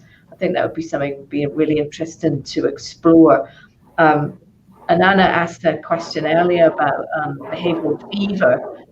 This is the idea where there's some studies show that zebrafish which are stressed or subject to kind of an immune challenge go to a much higher temperature than those that are not, and that's another very interesting topic to explore. There is interest-specific variation in temperature preference in zebrafish, so it would be quite an interesting and challenging thing to see if we, used our pain models and the animals chose to go to a warmer area because it speeds up metabolism and maybe helps them recover more quickly. That would be incredibly interesting. Yes. Denis, via Discord, is saying that here in our lab, we do a social preference test in larvae with 6 post-fertilization days and anxiety-like behavior at 5 post-fertilization days. So for sure, you can run this test. You can use 24 well plates to run this kind of behavior to see thigmotaxis in larvae, specifically thigmotaxis is well performed. But what I don't know if I express well, but for example, 3-dimensional reconstructions and shoaling behavior develops in age. Zebrafish reaches the maximum shoaling behavior around 20 days, 20 to 25 days after hatching. So I guess you can measure, you can see a moment of social behavior, you can measure anxiety, but you cannot run, for example, in a larger tank, a 3D reconstruction. That's the limiting of larvae in terms of behavior. But you can do, of course, you can measure, no problem. Laila, I don't know if you have more questions, but Fabiano, Lynne, sorry to interrupt. Fabiano sent me a message by WhatsApp because in YouTube he's not getting connection. He wants to know, just in this kind of issue, if there is some form to measure a mechanical allodynia in zebrafish. If you know if there is some protocol to measure allodynia in zebrafish. Yeah, we've done it using electrophysiology in rainbow trout, but we haven't done it in zebrafish ourselves. But that would be something that would be super interesting to explore. I don't know if you've got any experience with that, Denis. No, I know only the von Frey test, von Frey for rodents in case you put a pressure on the paw and animals, you measure the time animals remove the paw. But I don't know, in zebrafish, I guess it's very difficult to measure this kind of behavior or starting response, I don't know. Yeah, we looked at, so we recorded from nociceptors and rainbow trout, and we recorded sort of thermal thresholds, mechanical thresholds, and we also used von Frey hairs.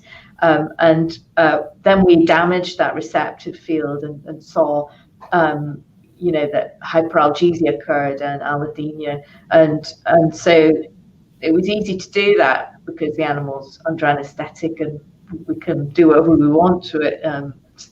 But in terms of chronic pain and repeated pain, that's something that we really need to sort of work on, isn't it? In zebrafish models, there isn't really any established kind of chronic pain models yet, anyway, that we could look at. But certainly, even just looking at repeated pain events, I don't think it's even been published.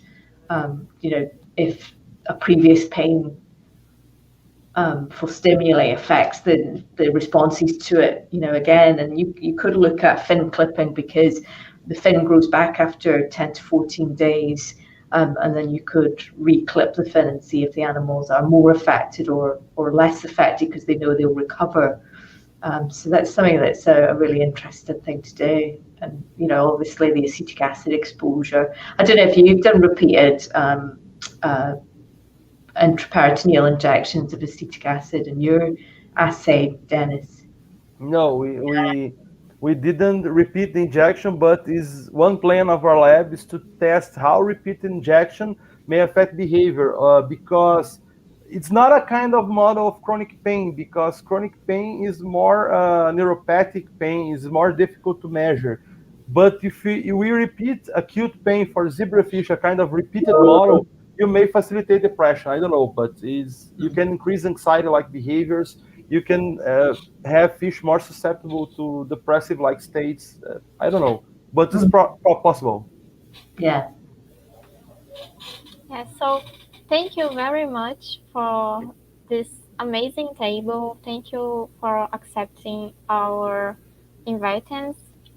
I will let you say some final words if you want. Yes. So first of all, I'd like to thank everyone for the kind invitation. I'd like to thank the audience for the questions, amazing questions. Of course, we don't know all the answers, probably need more research. We need to keep researching and keep investigating how pain affects zebrafish response. And most importantly, we need to validate and to establish novel models. I think novel models may be important. Even using adults, larvae, you need to increase the amount of endpoints you can measure to establish pain response. And also, why not to test a platform, to establish a platform to screen analgesics. I think it's very important in zebrafish. So I thank you the invitation, and I take in Lynne and Fabiano. Fabiano is not here, but thank Fabiano for the acceptance of my invitation. He's in Russia now. And Lynne, I know the schedule is a little bit complicated. The hour is around 8 or 9 hours for you, I guess. It's difficult. But thank you very much for accepting my invitation. I'm very glad you accepted to perform your brilliant lecture to us. Yeah, thank you so much. It's been fantastic and lots of great ideas coming from the questions. So thanks to all the people watching. So, okay. Thank you, everyone. We are doing a 10 minutes pause, a 10-20 minutes pause before the next presentation. So we come back in 16 o'clock. And so see you soon. Thank you again for the talk.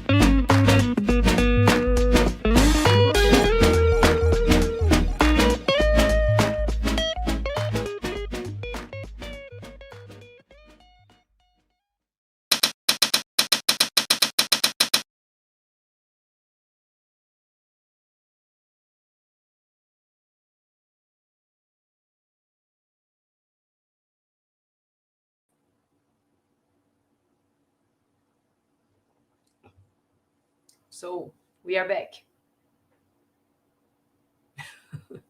I was having a coffee here.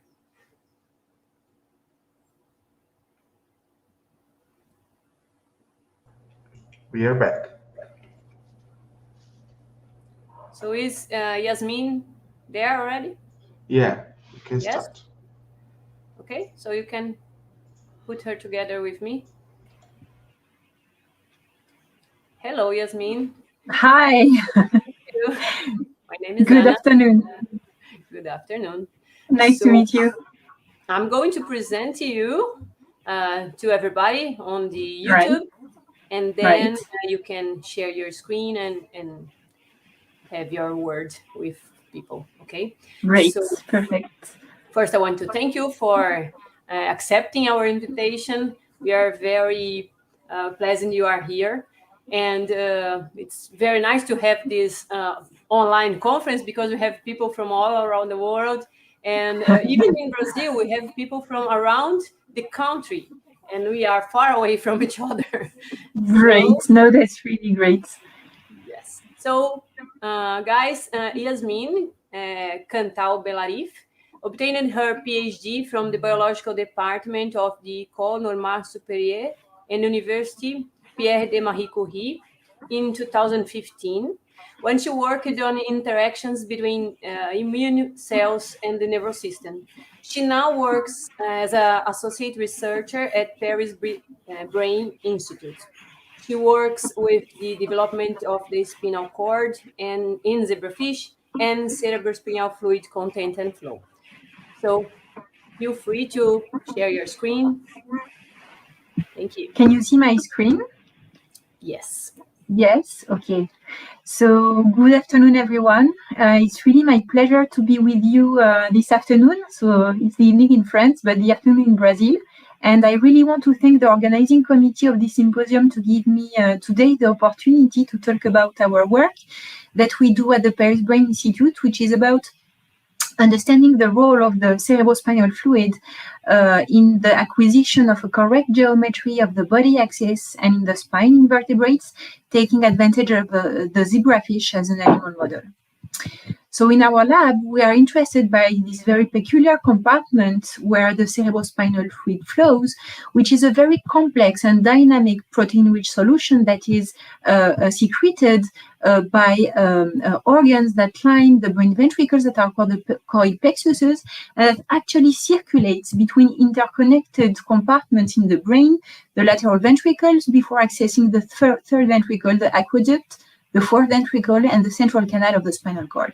And obviously, the content of this dynamic fluid is of special importance during development as its protein profile evolves very rapidly during embryogenesis, as you can appreciate here in those protein profile of CSF from the human fetus, but which has also the very peculiar characteristic to have a protein signature that is very different from that of the whole rest of the body, as you can see here in the zebrafish. And actually, the very first evidence suggesting that this compartment could be a signaling route during development that could be important to shape the size of the brain and to shape the brain by itself came from the very early experiments of Desmond Jacobson in the 1970s, who showed that actually dialyzing the content of the CSF was actually recruiting phenomena that impacts the morphogenesis and the proliferation inside the brain. And since then, many works, and actually a whole body of work, has shown that the CSF is indeed a signaling route during development, as it actually allows a proper proliferation of the neuroepithelium, but also the survival of this epithelium. And more recently, recent evidence have strengthened this idea that actually neurogenesis and even migration of neuronal progenitors, as you can see here from the subventricular zone of the brain towards the olfactory bulb, was actually guided by the directional flow of CSF near the walls of the lateral ventricles of the brain. So this CSF is a very dynamic and rich solution in terms of protein content, but it is also a very dynamic fluid in the sense that it flows in a very directional and serial-type manner. And very recent evidence that have been collected in rodents have shown that actually tracking the flow of CSF near the ventricle walls have shown that actually this flow was very patterned and very directional, and that this patterning and this motility were actually arising from the beating of the polarized motile cilia that are projecting from the walls of the brain ventricles towards the brain cavities. So this is the case in rodents, so in mammals, but this is also the case in zebrafish, even at the embryonic stage. As you can see here in this picture, the tracking of the cerebrospinal fluid has shown that the directional entity of the CSF inside the brain ventricles was a conserved feature in the zebrafish embryo, and that this directional flow was actually generated as well by the beating of the motile cilia that you can see here, nicely labeled by the beta-actin IRL13B GFP line that allows to access the motility of these organelles in vivo in the zebrafish.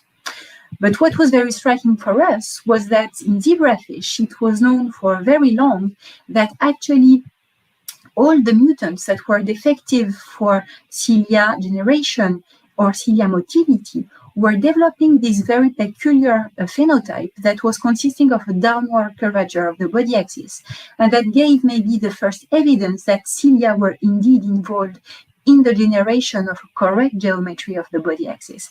However, at this stage, there was no clue as to whether these defects were indeed arising from defects in cilia in the nervous system or from any ciliated cell over the body. And so my question, the question I've been interested in during my research was really to try to understand how the cerebrospinal fluid that was actually circulating in a very dynamic manner and in a cilia-dependent manner in the brain and in the spinal cord cavity could actually contribute to shape the geometry of the entire body.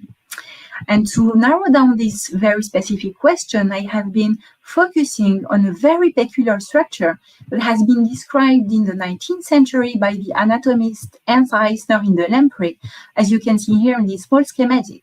And this fiber is actually a polymer that bathes in the CSF and that consists of the aggregation of the corresponding glycoprotein secreted here by this little blue organ, the subcommissural organ that lines the roof of the third ventricle.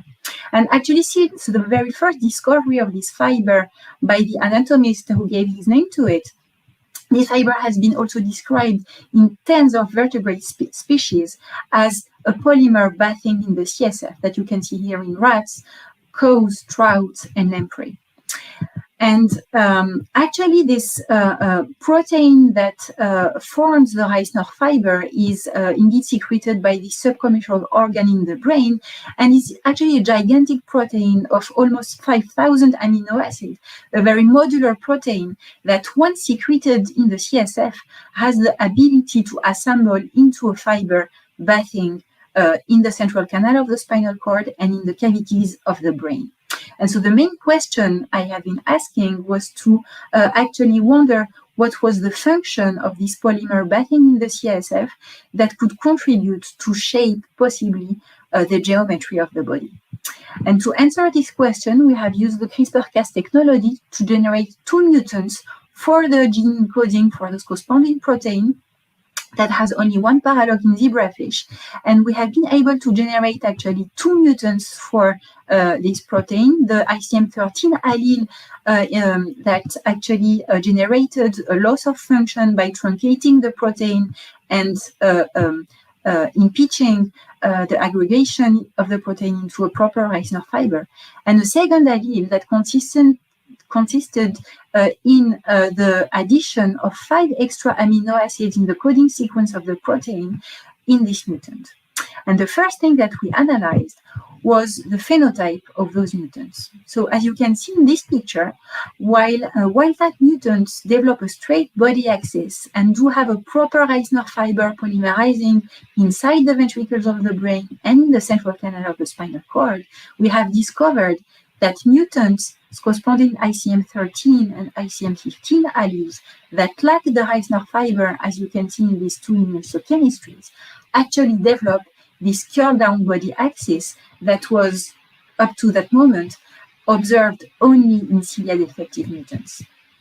So basically, the mutants that are devoid of the Reisner fiber develop the exact same phenotype than mutants that have unfunctional cilia. So our question was really to try to explain the similarity of phenotypes shared by those two different mutants.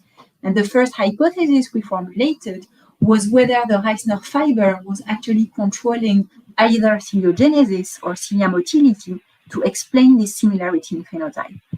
And so to answer this question, we first analyzed the ciliation and the length of the cilia that were projecting from the walls of the central canal in the spinal cord, both in control siblings and in animals that do lack the Reisner fiber, using anti-acetylated tubulin stainings. And as you can see here, the quantifications we did showed that actually the structural properties of cilia are intact in the mutants that lack the Reisner fiber. We then went to test the hypothesis whether those cilia were still functional and motile. And to do so, we performed live imaging of the beautiful line that I have showed you before, the beta-actin IL-13 VGFP, that labels cilia that projects from the walls of the central canal in the spinal cord. And what you can see is that corresponding mutants that lack the Reisner fiber still exhibit cilia that are motile, but on top of that, cilia that are able to polarize properly towards the caudal tail of the animal. So basically, we were facing a situation where mutants lacking the Reisner fiber were sharing the exact same phenotype than mutants that were defective for cilia, and we could not propose that this was because the fiber was influencing ciliogenesis or cilia motility.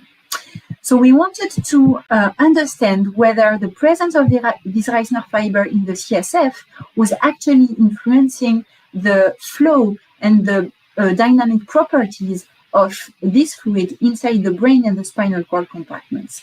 And to do so, we tackled this question using two approaches. The first one, using full-field optical coherence tomography, we have been able first to image endogenous lipidic particles that were flowing inside the central canal of the spinal cord in the zebrafish embryo. And we implemented as well a protocol to inject exogenous fluorescent beads in the brain ventricles. And by letting those small fluorescent beads diffusing into the central canal of the spinal cord, we could actually track their movement inside this compartment that elongates in the whole length of the animal. So while the movement of those small little beads appears at the first glance as chaotic or stochastic, we actually managed to observe that the little beads that were located in the dorsal part of the central canal had a tendency to flow toward the left, so toward the head of the animal, while the little beads that were actually located in the ventral part of the canal had the tendency actually to go in the other direction.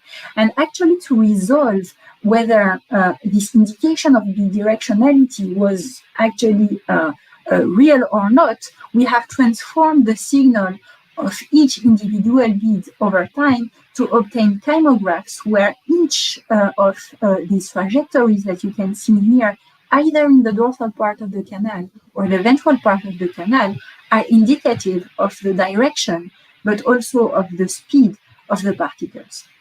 And so by quantifying positive and negative directions, as well as the slope of each of these particles, we have been able to estimate the direction and the velocities of these particles and demonstrate that actually in the central canal of the spinal cord at the embryonic stage, the cerebrospinal fluid flows in a bidirectional manner towards the head of the animal in the dorsal part and towards the tail of the animal in the ventral part of the canal.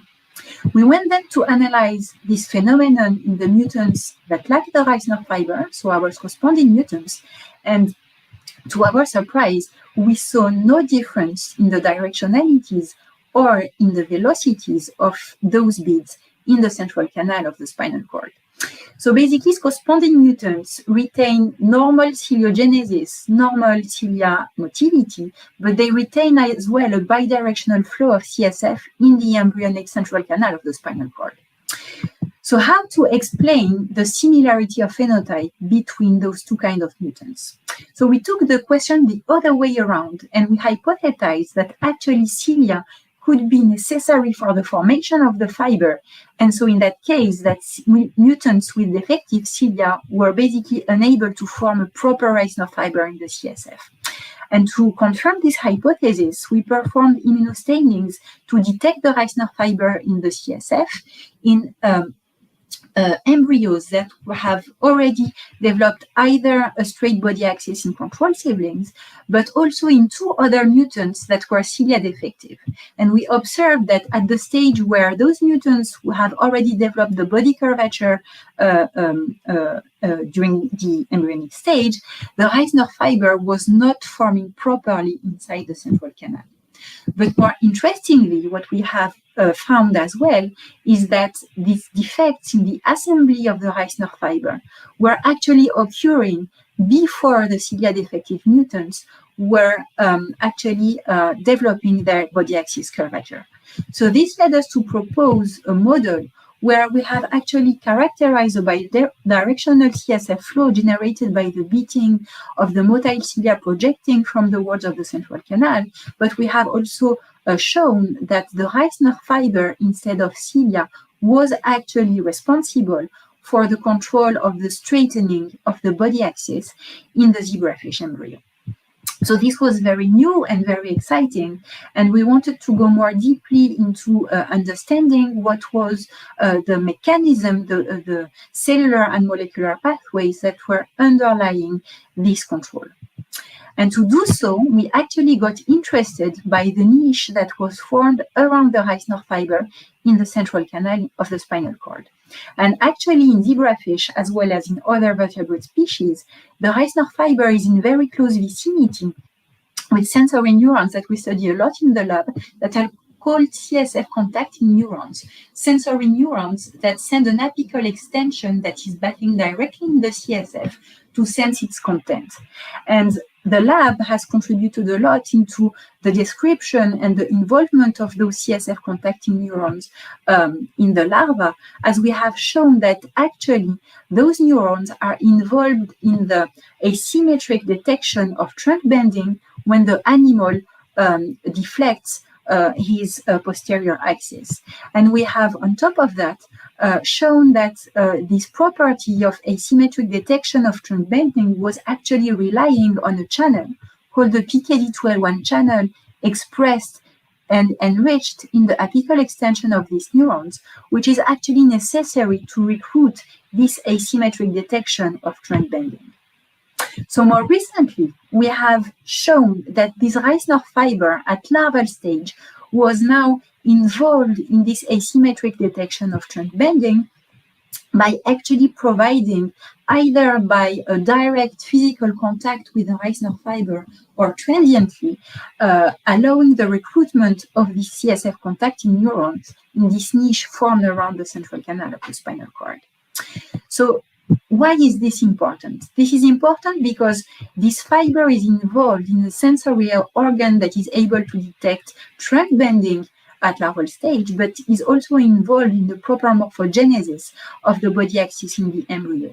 And what is very interesting is that both of these partners, the CSF contacting neurons and the Reisner fiber, are also involved in body morphogenesis along life, as the mutants that lack the PKD12-1 channel in CSF contacting neurons develop a hyperkyphosis of the spine at the level of the thoracic level and mimics an idiopathic pathology that is well known in humans and that is called hyperkyphosis, while the mutants that lack the Reisner fiber actually develop three-dimensional torsions of the spine that are reminiscent of adolescent idiopathic scoliosis. So the involvement of the Reisner fiber and the niche which is around it spans from actually the embryonic stage to the adulthood. And so to understand what was the molecular signature of this fiber that could underlie the straightening of the body axis, the approach that we took that was to perform a transcriptomic analysis of our two corresponding mutants, so the ICM15 mutants and the ICM13 mutants. And by comparing the repertoire of transcripts expressed in these mutants and compared with wild-type animals, we found a molecular signature that was actually characterized by a decreased expression of one transcript that was encoding for the URP2. And so injecting URP2 mRNA in corresponding mutants has been shown to actually be able to rescue the body axis curvature of those mutants animals that were lacking the Reisner fiber.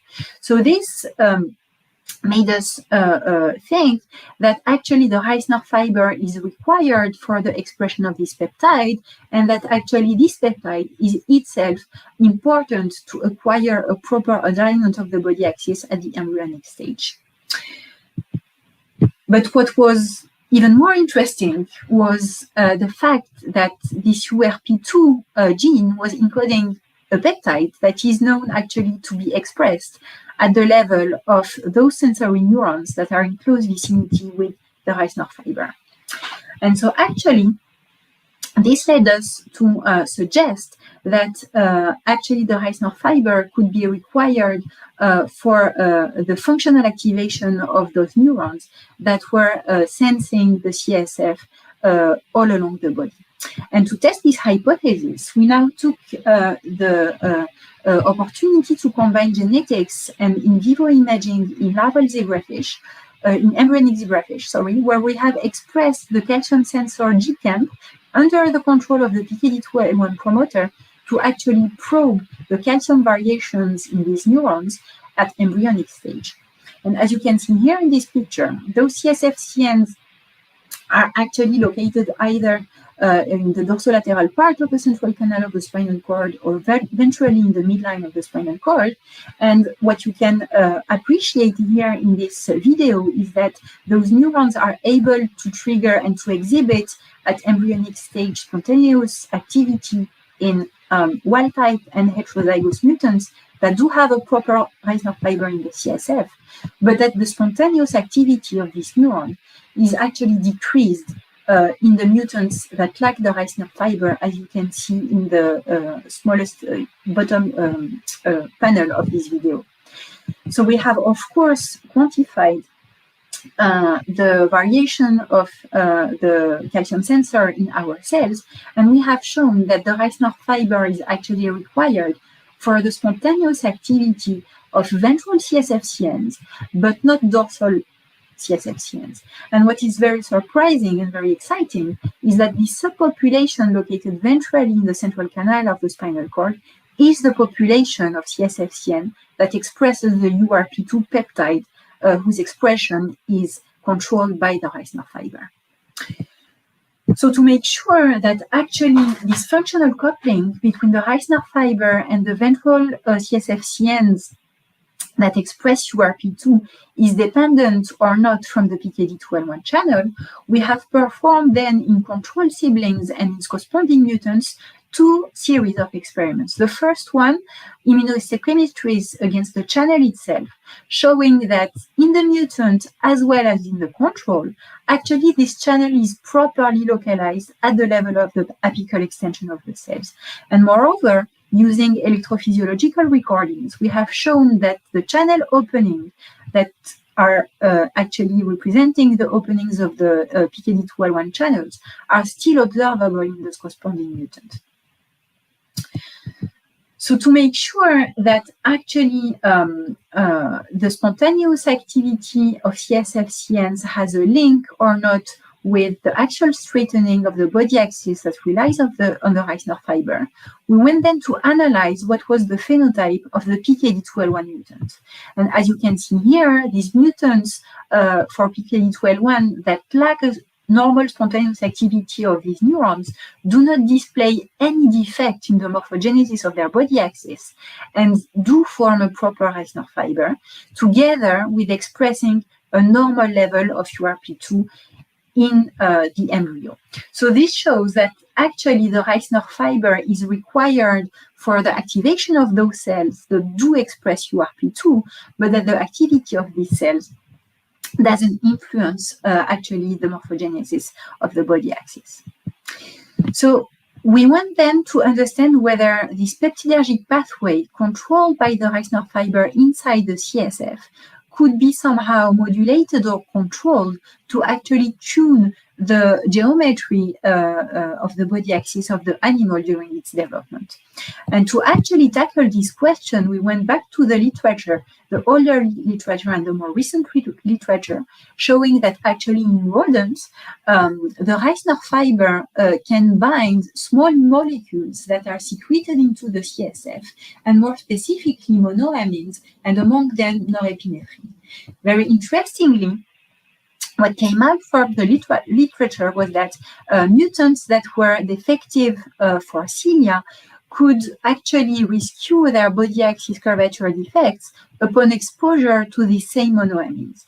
So we actually wondered whether those monoamines, and more specifically noradrenaline, could actually be involved in the modulation of the pathway controlled by the Reisner fiber.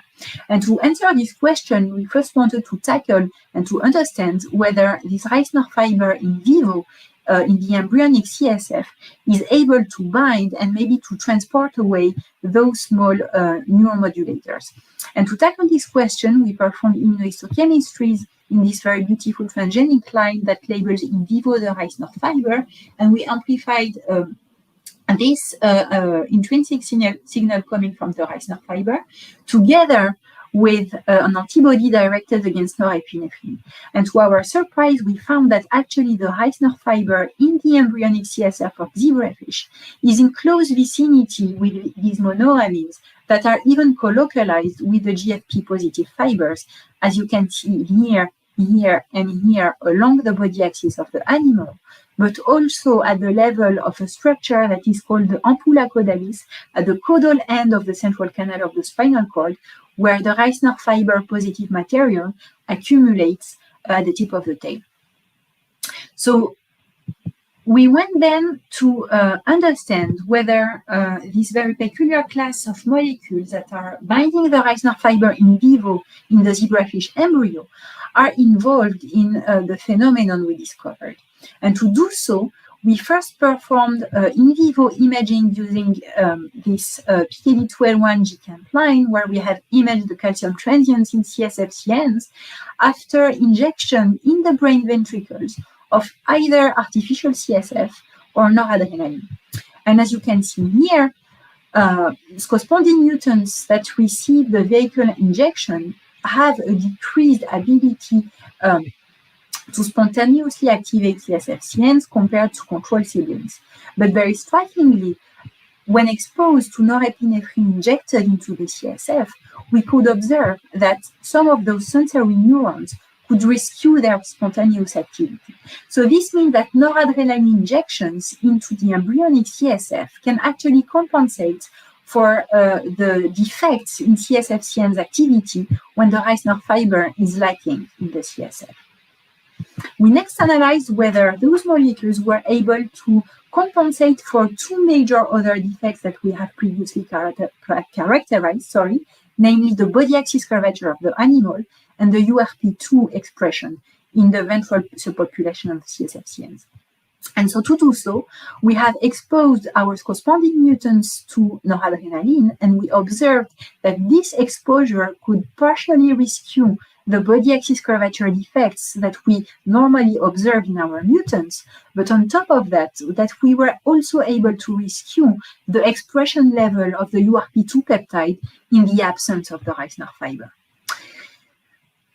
So as a last step, we wanted to know what were the cell targets of this noradrenaline that was bound by the Reisner fiber and able to rescue the three major defects in our corresponding mutants, namely body axis curvature, URP2 expression, and activity of CSF CNs.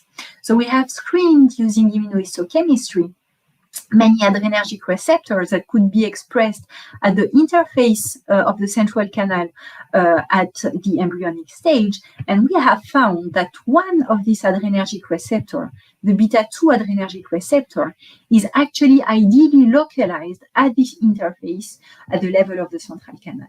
But to our surprise, when we co-stained these beta-2 adrenergic receptors with CSF contacting neurons, we have found that these cell targets were different from CSF contacting neurons, and that this localization was still conserved in those corresponding mutants. So altogether, this shows that actually the Reisner fiber is at the center of the mechanism that actually drives the expression of the peptide centrally in the nervous system in a subpopulation of sensory neurons that line the central canal, and that actually drives the straightening of the body axis.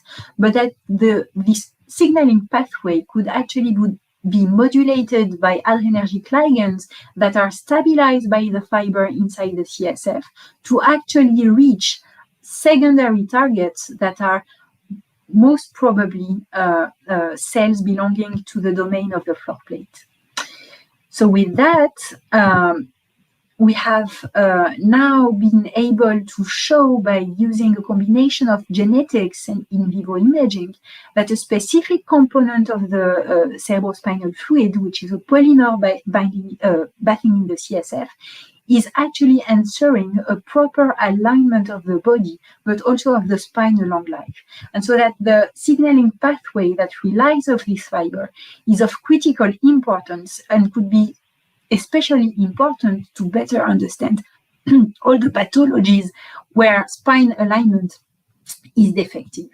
And with that, I would like to thank all the members of the WIRE team, the current members of the WIRE team, but also the former members of the team who has contributed a lot to this work: Pierre-Luc Bardet, Margot Pinru, Jenna Sternberg, Olivier Touvenin, Laura Mariardi, but also all the facilities from the Paris Brain Institute that made this work possible. And I thank you for your attention.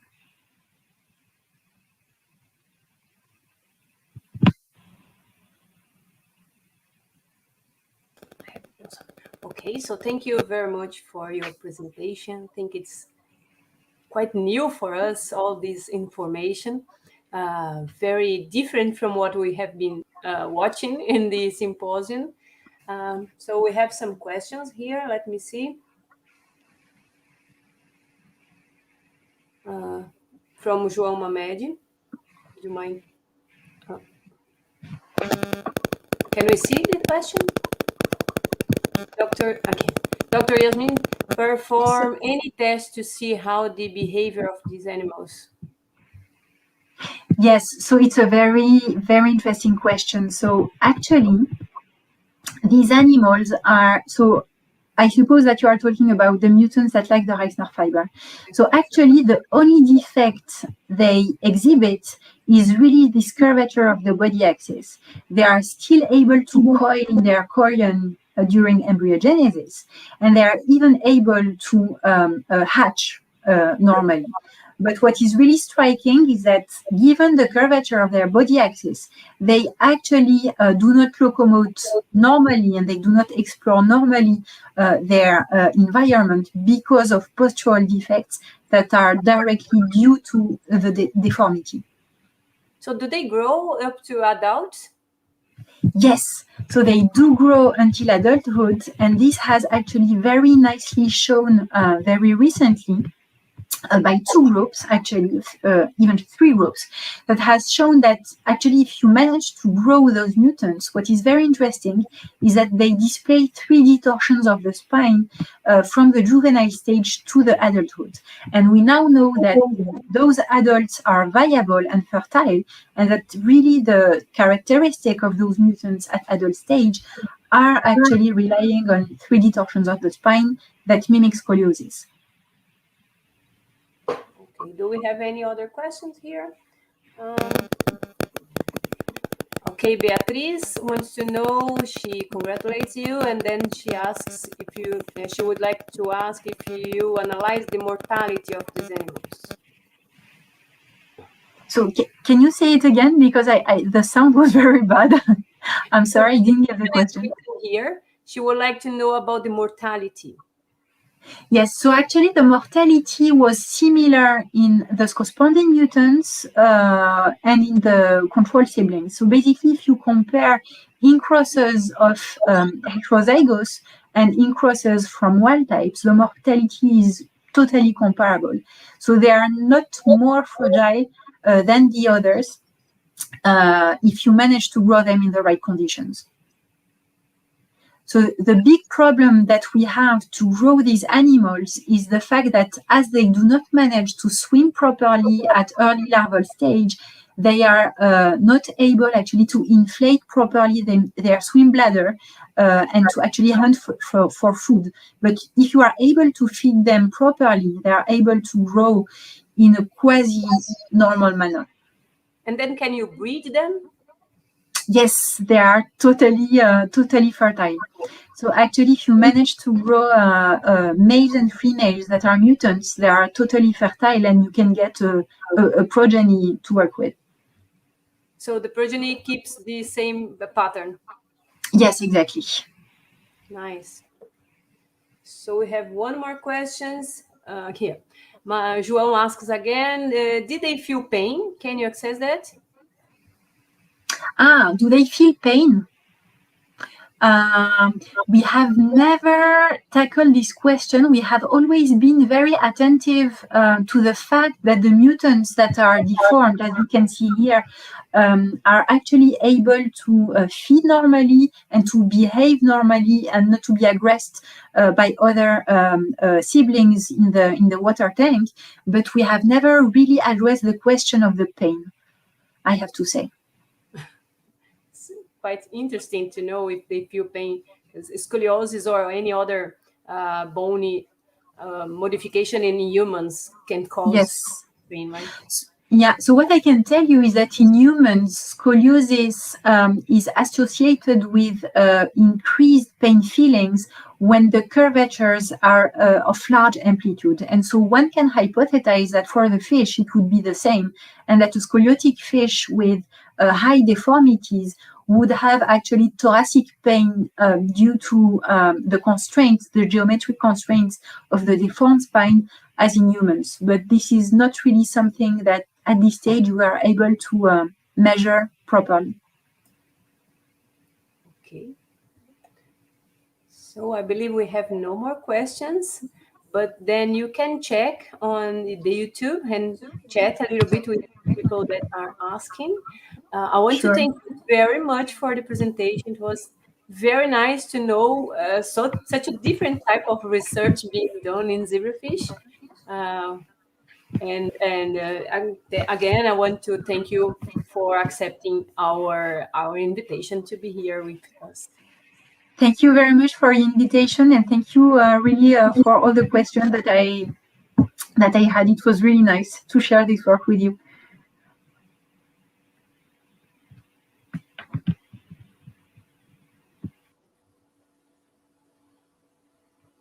So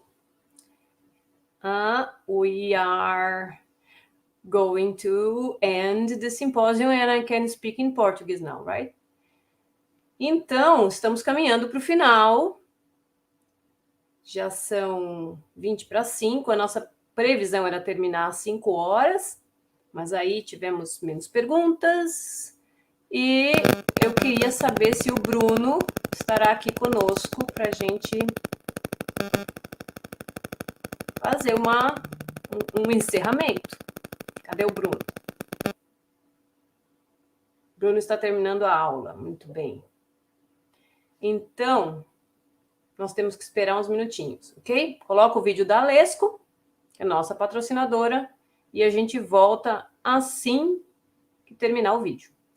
A gente vai falar do prêmio, ok? Então, fiquem aí, fiquem atentos. Quem saiu, volta, por favor, que os ganhadores do melhor pôster e da melhor apresentação oral vão receber uma premiação especial da Alesco. Então, vão receber um aquário que a Alesco nos ofereceu.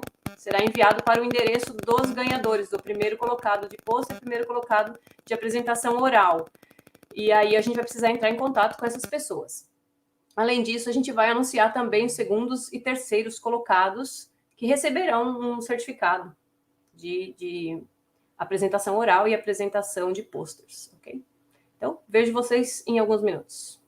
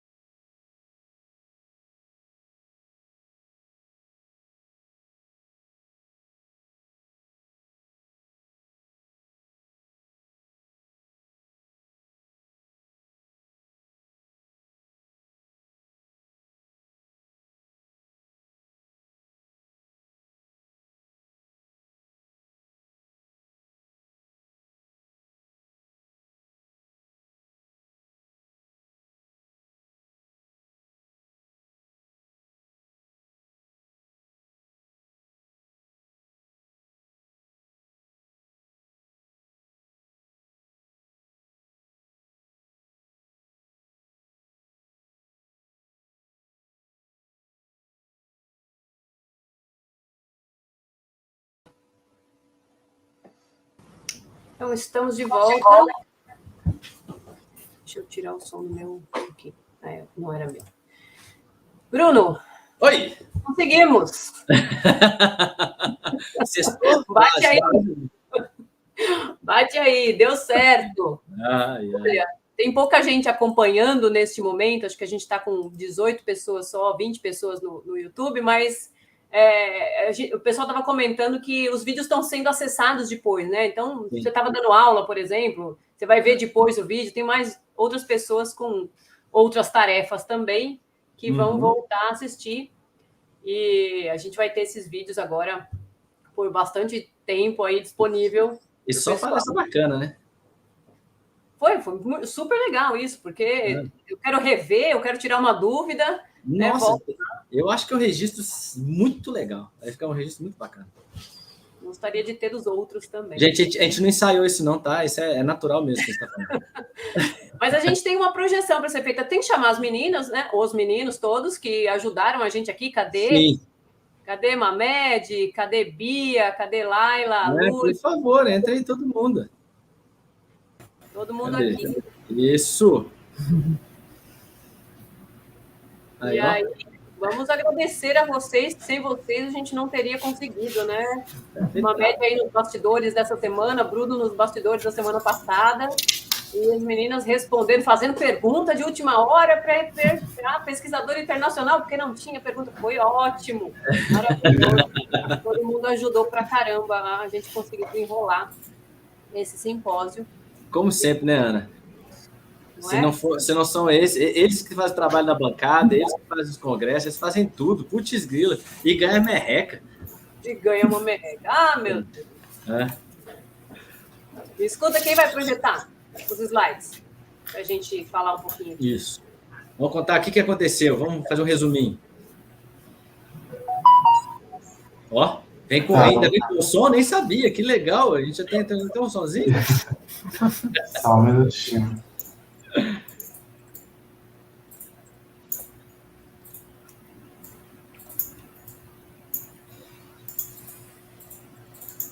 Eu aposto que os que estão assistindo estão assim, eu vou ganhar o pôster, eu não vou ganhar o pôster, aposto. Tá aparecendo? Tá. Aparece a tela inteira aí. Não vai dar certo. Ai, tô parecendo um apresentador. Não tem problema não. Aqui, ó, vai na setinha ali de lado, na direita. Na setinha lá na direita. Não. Aqui, tá vendo que tem ali o Zebrafish e tem uma setinha para a direita, assim. Aqui, ó, mamãe. Do lado ali do Combine Arquivo. Aqui, ó. Isso, perfeito. Vamos no momento de indicação. Tela inteira. Fechou. Isso mesmo. E aí, a gente finge que a gente é profissional, gente. Quem sabe faz ao vivo, né? Assim, Ana? Isso aí. Mas a gente tem os dados para mostrar aí antes, né? Não tem dados do simpósio? Isso, agora. Olha aí, 178 inscritos. Eu acho que foi bem legal, né? Ter esse número todo num evento que a gente correu para fazer, que foi bem no finalzinho do ano, então muita gente também já tinha outros compromissos. Aí eu nem sabia que a gente tinha 178 Zebrafishers no Brasil. Tem muito mais. Tem todo mundo aí contado, mas na próxima vai. Verdade. 61 instituições, bacana. 42 apresentações de pôster e 12 orais. Não foram só 12 submissões orais, foram mais. A gente teve que selecionar porque não caberia na hora, né? A gente tinha 3 horas só e já foi super apertado, os 15 minutinhos ali para falar. Até eu estava conversando com o Denis antes, vamos aumentar esse tempo para o próximo evento, porque não dá, os alunos têm muita coisa para apresentar, a gente precisa de mais tempo. Completamente verdade. Exatamente. E aí... 9 mesas temáticas, é muita, e foi diverso, eu achei que foi bacana, que fiquei feliz, que foi bem diversificado, né? Temas diferentes, 4 palestras, 26 cientistas nacionais e 7 cientistas internacionais. Não, dessa vez a gente conseguiu trazer vários cientistas internacionais. É lógico, né? Online, mas faz sentido, mas deu para entender. 7 cientistas. Olha, eu acho que a gente tem que aprender com essas coisas para poder trazer gente online. Eu também acho. né? Então, por que não agregar aí? Okay? Exatamente. Quando não der, traz online. Então, próximo, vamos lá. Tem mais dados. Organização. Parceria. Essa organização mais ou menos que a gente fez, né? Tô brincando. Eu e a Ana, e Bia, Laila, Ana, Luísa e João Paulo, Mamed. E foram 2 laboratórios, eu acho que a gente conseguiu uma parceria boa, né? Apesar de ser tão distante assim, a gente conseguiu bem, né? Foi ótimo. Não teve nem briga, olha só. Era para ter, Bruno? Não sei, né? Esse estresse que a gente vive no dia a dia. Tá muito quente. Pode passar. Isso, essa é boa, né, Ana? Olha aí, legal. A gente tem, então, um e-mail do simpósio, né? Que a gente vai tentar manter isso para os futuros simpósios todos. Então, esse Gmail fica uma eterna área de comunicação aí com o pessoal do simpósio. Todo ano, a cada 2 anos, a gente usa o mesmo. A gente tem o Instagram, né? Então, o Instagram a gente vai manter, porque é importante, é um meio legal de divulgação. Já tem muita gente lá cadastrada, então é fácil de você atingir essas pessoas todas. A gente agora tem o canal, né? Tem o canal do YouTube, e esses vídeos todos estão disponibilizados lá no canal do YouTube. E eu acho que a gente pode manter esse canal ativo com vídeos de palestras, né? De colaborações que a gente tenha, de trabalhos científicos que a gente faz, que os nossos alunos produzam vídeos, a gente pode ir colocando lá. Isso fica um convite para todo mundo que é Zebrafish Researcher. Então, fica aberto aí para mandar esses vídeos para o canal. Eu vou até plantar a sementinha, hein? Eu vou falar assim, olha, legal. gente... Aí a gente pode divulgar ali também. Eu acho que esse é o primeiro passo. Ó, para Carla, vamos fazer a chamada, né? Carla, o que mais? A gente vai... Marcelo já tinha a ideia do Zebrasil. Vamos começar com esse Zebrasil aí. Plataforma já começa aí com o canal do YouTube. Formar uma sociedade, eu acho que vai ficar legal, porque forma isso tanto para manutenção, para iniciar uma sociedade, acho que você não tem espaço, mas também para a gente fazer registros, né? Que esse aqui é um registro histórico. Eu acho que é muito legal a gente ter registro histórico, já que a gente falha muito no Brasil de guardar as informações, a história de como as coisas começaram, e aqui a gente vai criando esses registros históricos das pessoas que vão contar, a palestra inicial da Carla contando como fomos os primeiros simpósios, agora vai ficando registrado e fica aí para as pessoas da frente, né? Os mais jovens que não vão entrar. Posteridade. Passa aí. Bom, o nosso único patrocinador foi a Lesco. Na verdade, isso surgiu meio que de última hora também, né, Bruno? A gente não esperava patrocínio, nem pedimos patrocínio, na verdade, porque como era online, as plataformas a gente já estava mais ou menos sabendo como ia ser. Nós não pedimos, mas aí houve a oferta da Lesco, e aí vieram os aquários para a gente premiar os ganhadores. E foi bom, porque a Lesco... Gente, esse aquário da Lesco, quem vai ganhar esse aquário? Eu vou falar o seguinte, vai ter reprodução. Eu vou fazer propaganda da Alice. A Alice não está pagando nada, tá, gente? Mas vai ser se vocês olharem, eu nunca vi com esse aquário, mas esse aquário vai ser legal demais para fazer reprodução. Eu fazer o Alesco, eu preciso de um sistema. Então, o aquário é muito legal, porque ele coloca os ovinhos ali no fundo. Então, quem ganhar o prêmio de melhor pôster, melhor trabalho, vai ganhar esse aquário criativo do Alesco, da Alesco. Alesco, já fiz a minha propaganda, hein? Então, vamos lá, para a apresentação de pôster. Nós decidimos, porque tinham muitos pôster muito bons, não dá prêmio só para um. Então, o primeiro colocado vai ganhar o aquário, mas o segundo e o terceiro colocado vão receber um certificado de menção honrosa, ok? Para dar um incentivo, é um up também no CV, né? Lembrando que o nosso terceiro lugar foi empatado, então a gente vai ter 3 menções honrosas. Verdade. 2 terceiros lugares. Então, aí está... Então, estamos aí. Carla Alves, Behavior Change in Zebrafish with Biomagnification of 17-alpha etinil estradiol. Você que fala o próximo, Ana. A gente vai revezando, Ana. Que negócio é. E os 2 terceiros lugares vão para Juliana Machado Kaiser e Canandra Thaisa Bertoncello. Isso. Okay. Cada um Parabéns. Cada um vai ganhar o seu certificado para colocar no Lattes. Enquanto ainda existe Lattes, aproveita, coloca lá, vai ser legal. Só para deixar claro, nós distribuímos os resumos e os vídeos, né, enviados para 10 pesquisadores que deram notas, ok? Então, a gente fez uma média e chegou nos principais aí. E o primeiro lugar vai para Bruno. Quem vai ganhar aquário? Marcela. Muito bem. Marcela Gonçalves Meirelles. Ó, Marcela leva um aquário. Vai ganhar um aquáriozinho. Não é para deixar em casa não, hein, Marcela? Ó, pode parar. E a apresentação oral. Temos também Rosa, Moisés Azevedo e Bárbara Dotto. Bárbara Fontana. Isso, parabéns. De novo, vai ganhar certificado para colocar no Lattes. E o primeiro lugar que vai levar aquário, Paloma Vitória Lima Peixoto. Parabéns, Paloma. Aquário para Vossa Senhoria também. Então, a gente vai entrar em contato com esse pessoal para saber o endereço, ok? O endereço para mandar o aquário. Isso mesmo. O pessoal tem que mandar para a gente. A gente tem que dar, né? Isso. Os certificados nós vamos enviar por e-mail mais para frente, então deixa só a gente dar uma descansadinha no final de semana.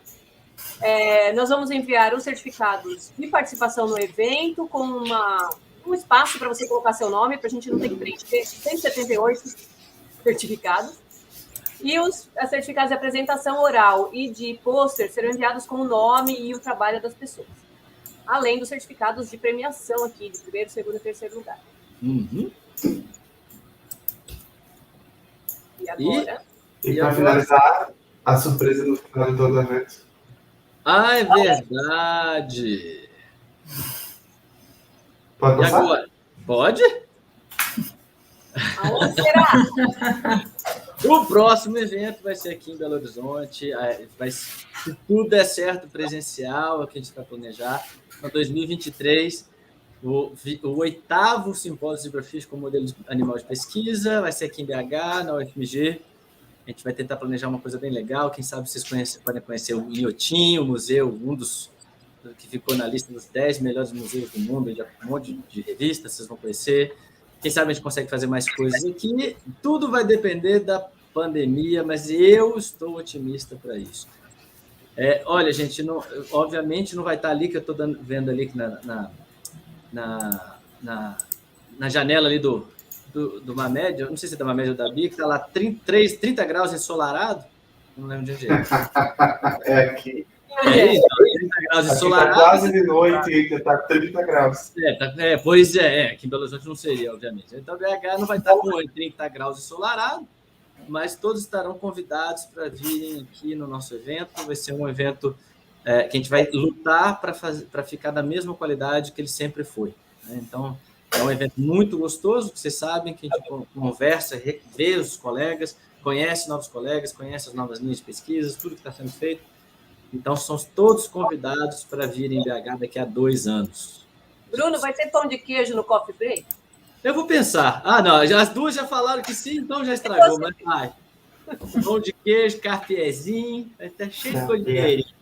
Acho que nem existe coffee break em BH sem pão de queijo. Exatamente, nunca. Cheese break. Cheese break. Vai ser pão de queijo com vários tipos de pão de queijo diferentes. Vai ser um coffee break com vários tipos de pão de queijo. Preparem-se, vai ser comida. Já aviso antes, já começa a fazer o regime agora, porque comida mineira é famosa, tá? Vai todo mundo comer muito. Doce de leite, a Bia já comprou doce de leite, preparem-se. Beleza. E nos momentos de relaxar, no final do dia, tem uma cachaçinha mineira, não? Ah lá, olha a cachaceira. Gostou? Com álcool, precisamos falar disso. Eu levo você. A gente vai lá no Mercado Central, tem um monte de lugares bons para vocês conhecerem, para conhecer a cachaça mineira também. Olha, Fechou, então. Todo mundo que participou, que esteve aí com a gente durante todos esses dias, muito obrigada pelo auxílio, pelas perguntas que fizeram, pelos comentários, pelas parabenizações que recebemos. Estamos muito felizes com todo mundo participando. Isso, obrigado mesmo. Também obrigado, Ana, pela parceria, obrigado pela ajuda a todos, João, Laila, Ana, Bia, todos pela ajuda, por tudo que vocês fizeram. Ajuda não, é vocês que fizeram, eu e a Ana que ajudou. É nós que ajudamos. Então tá, beijo, gente. Obrigado pela atenção e até 2023. Até. Tchau, tchau.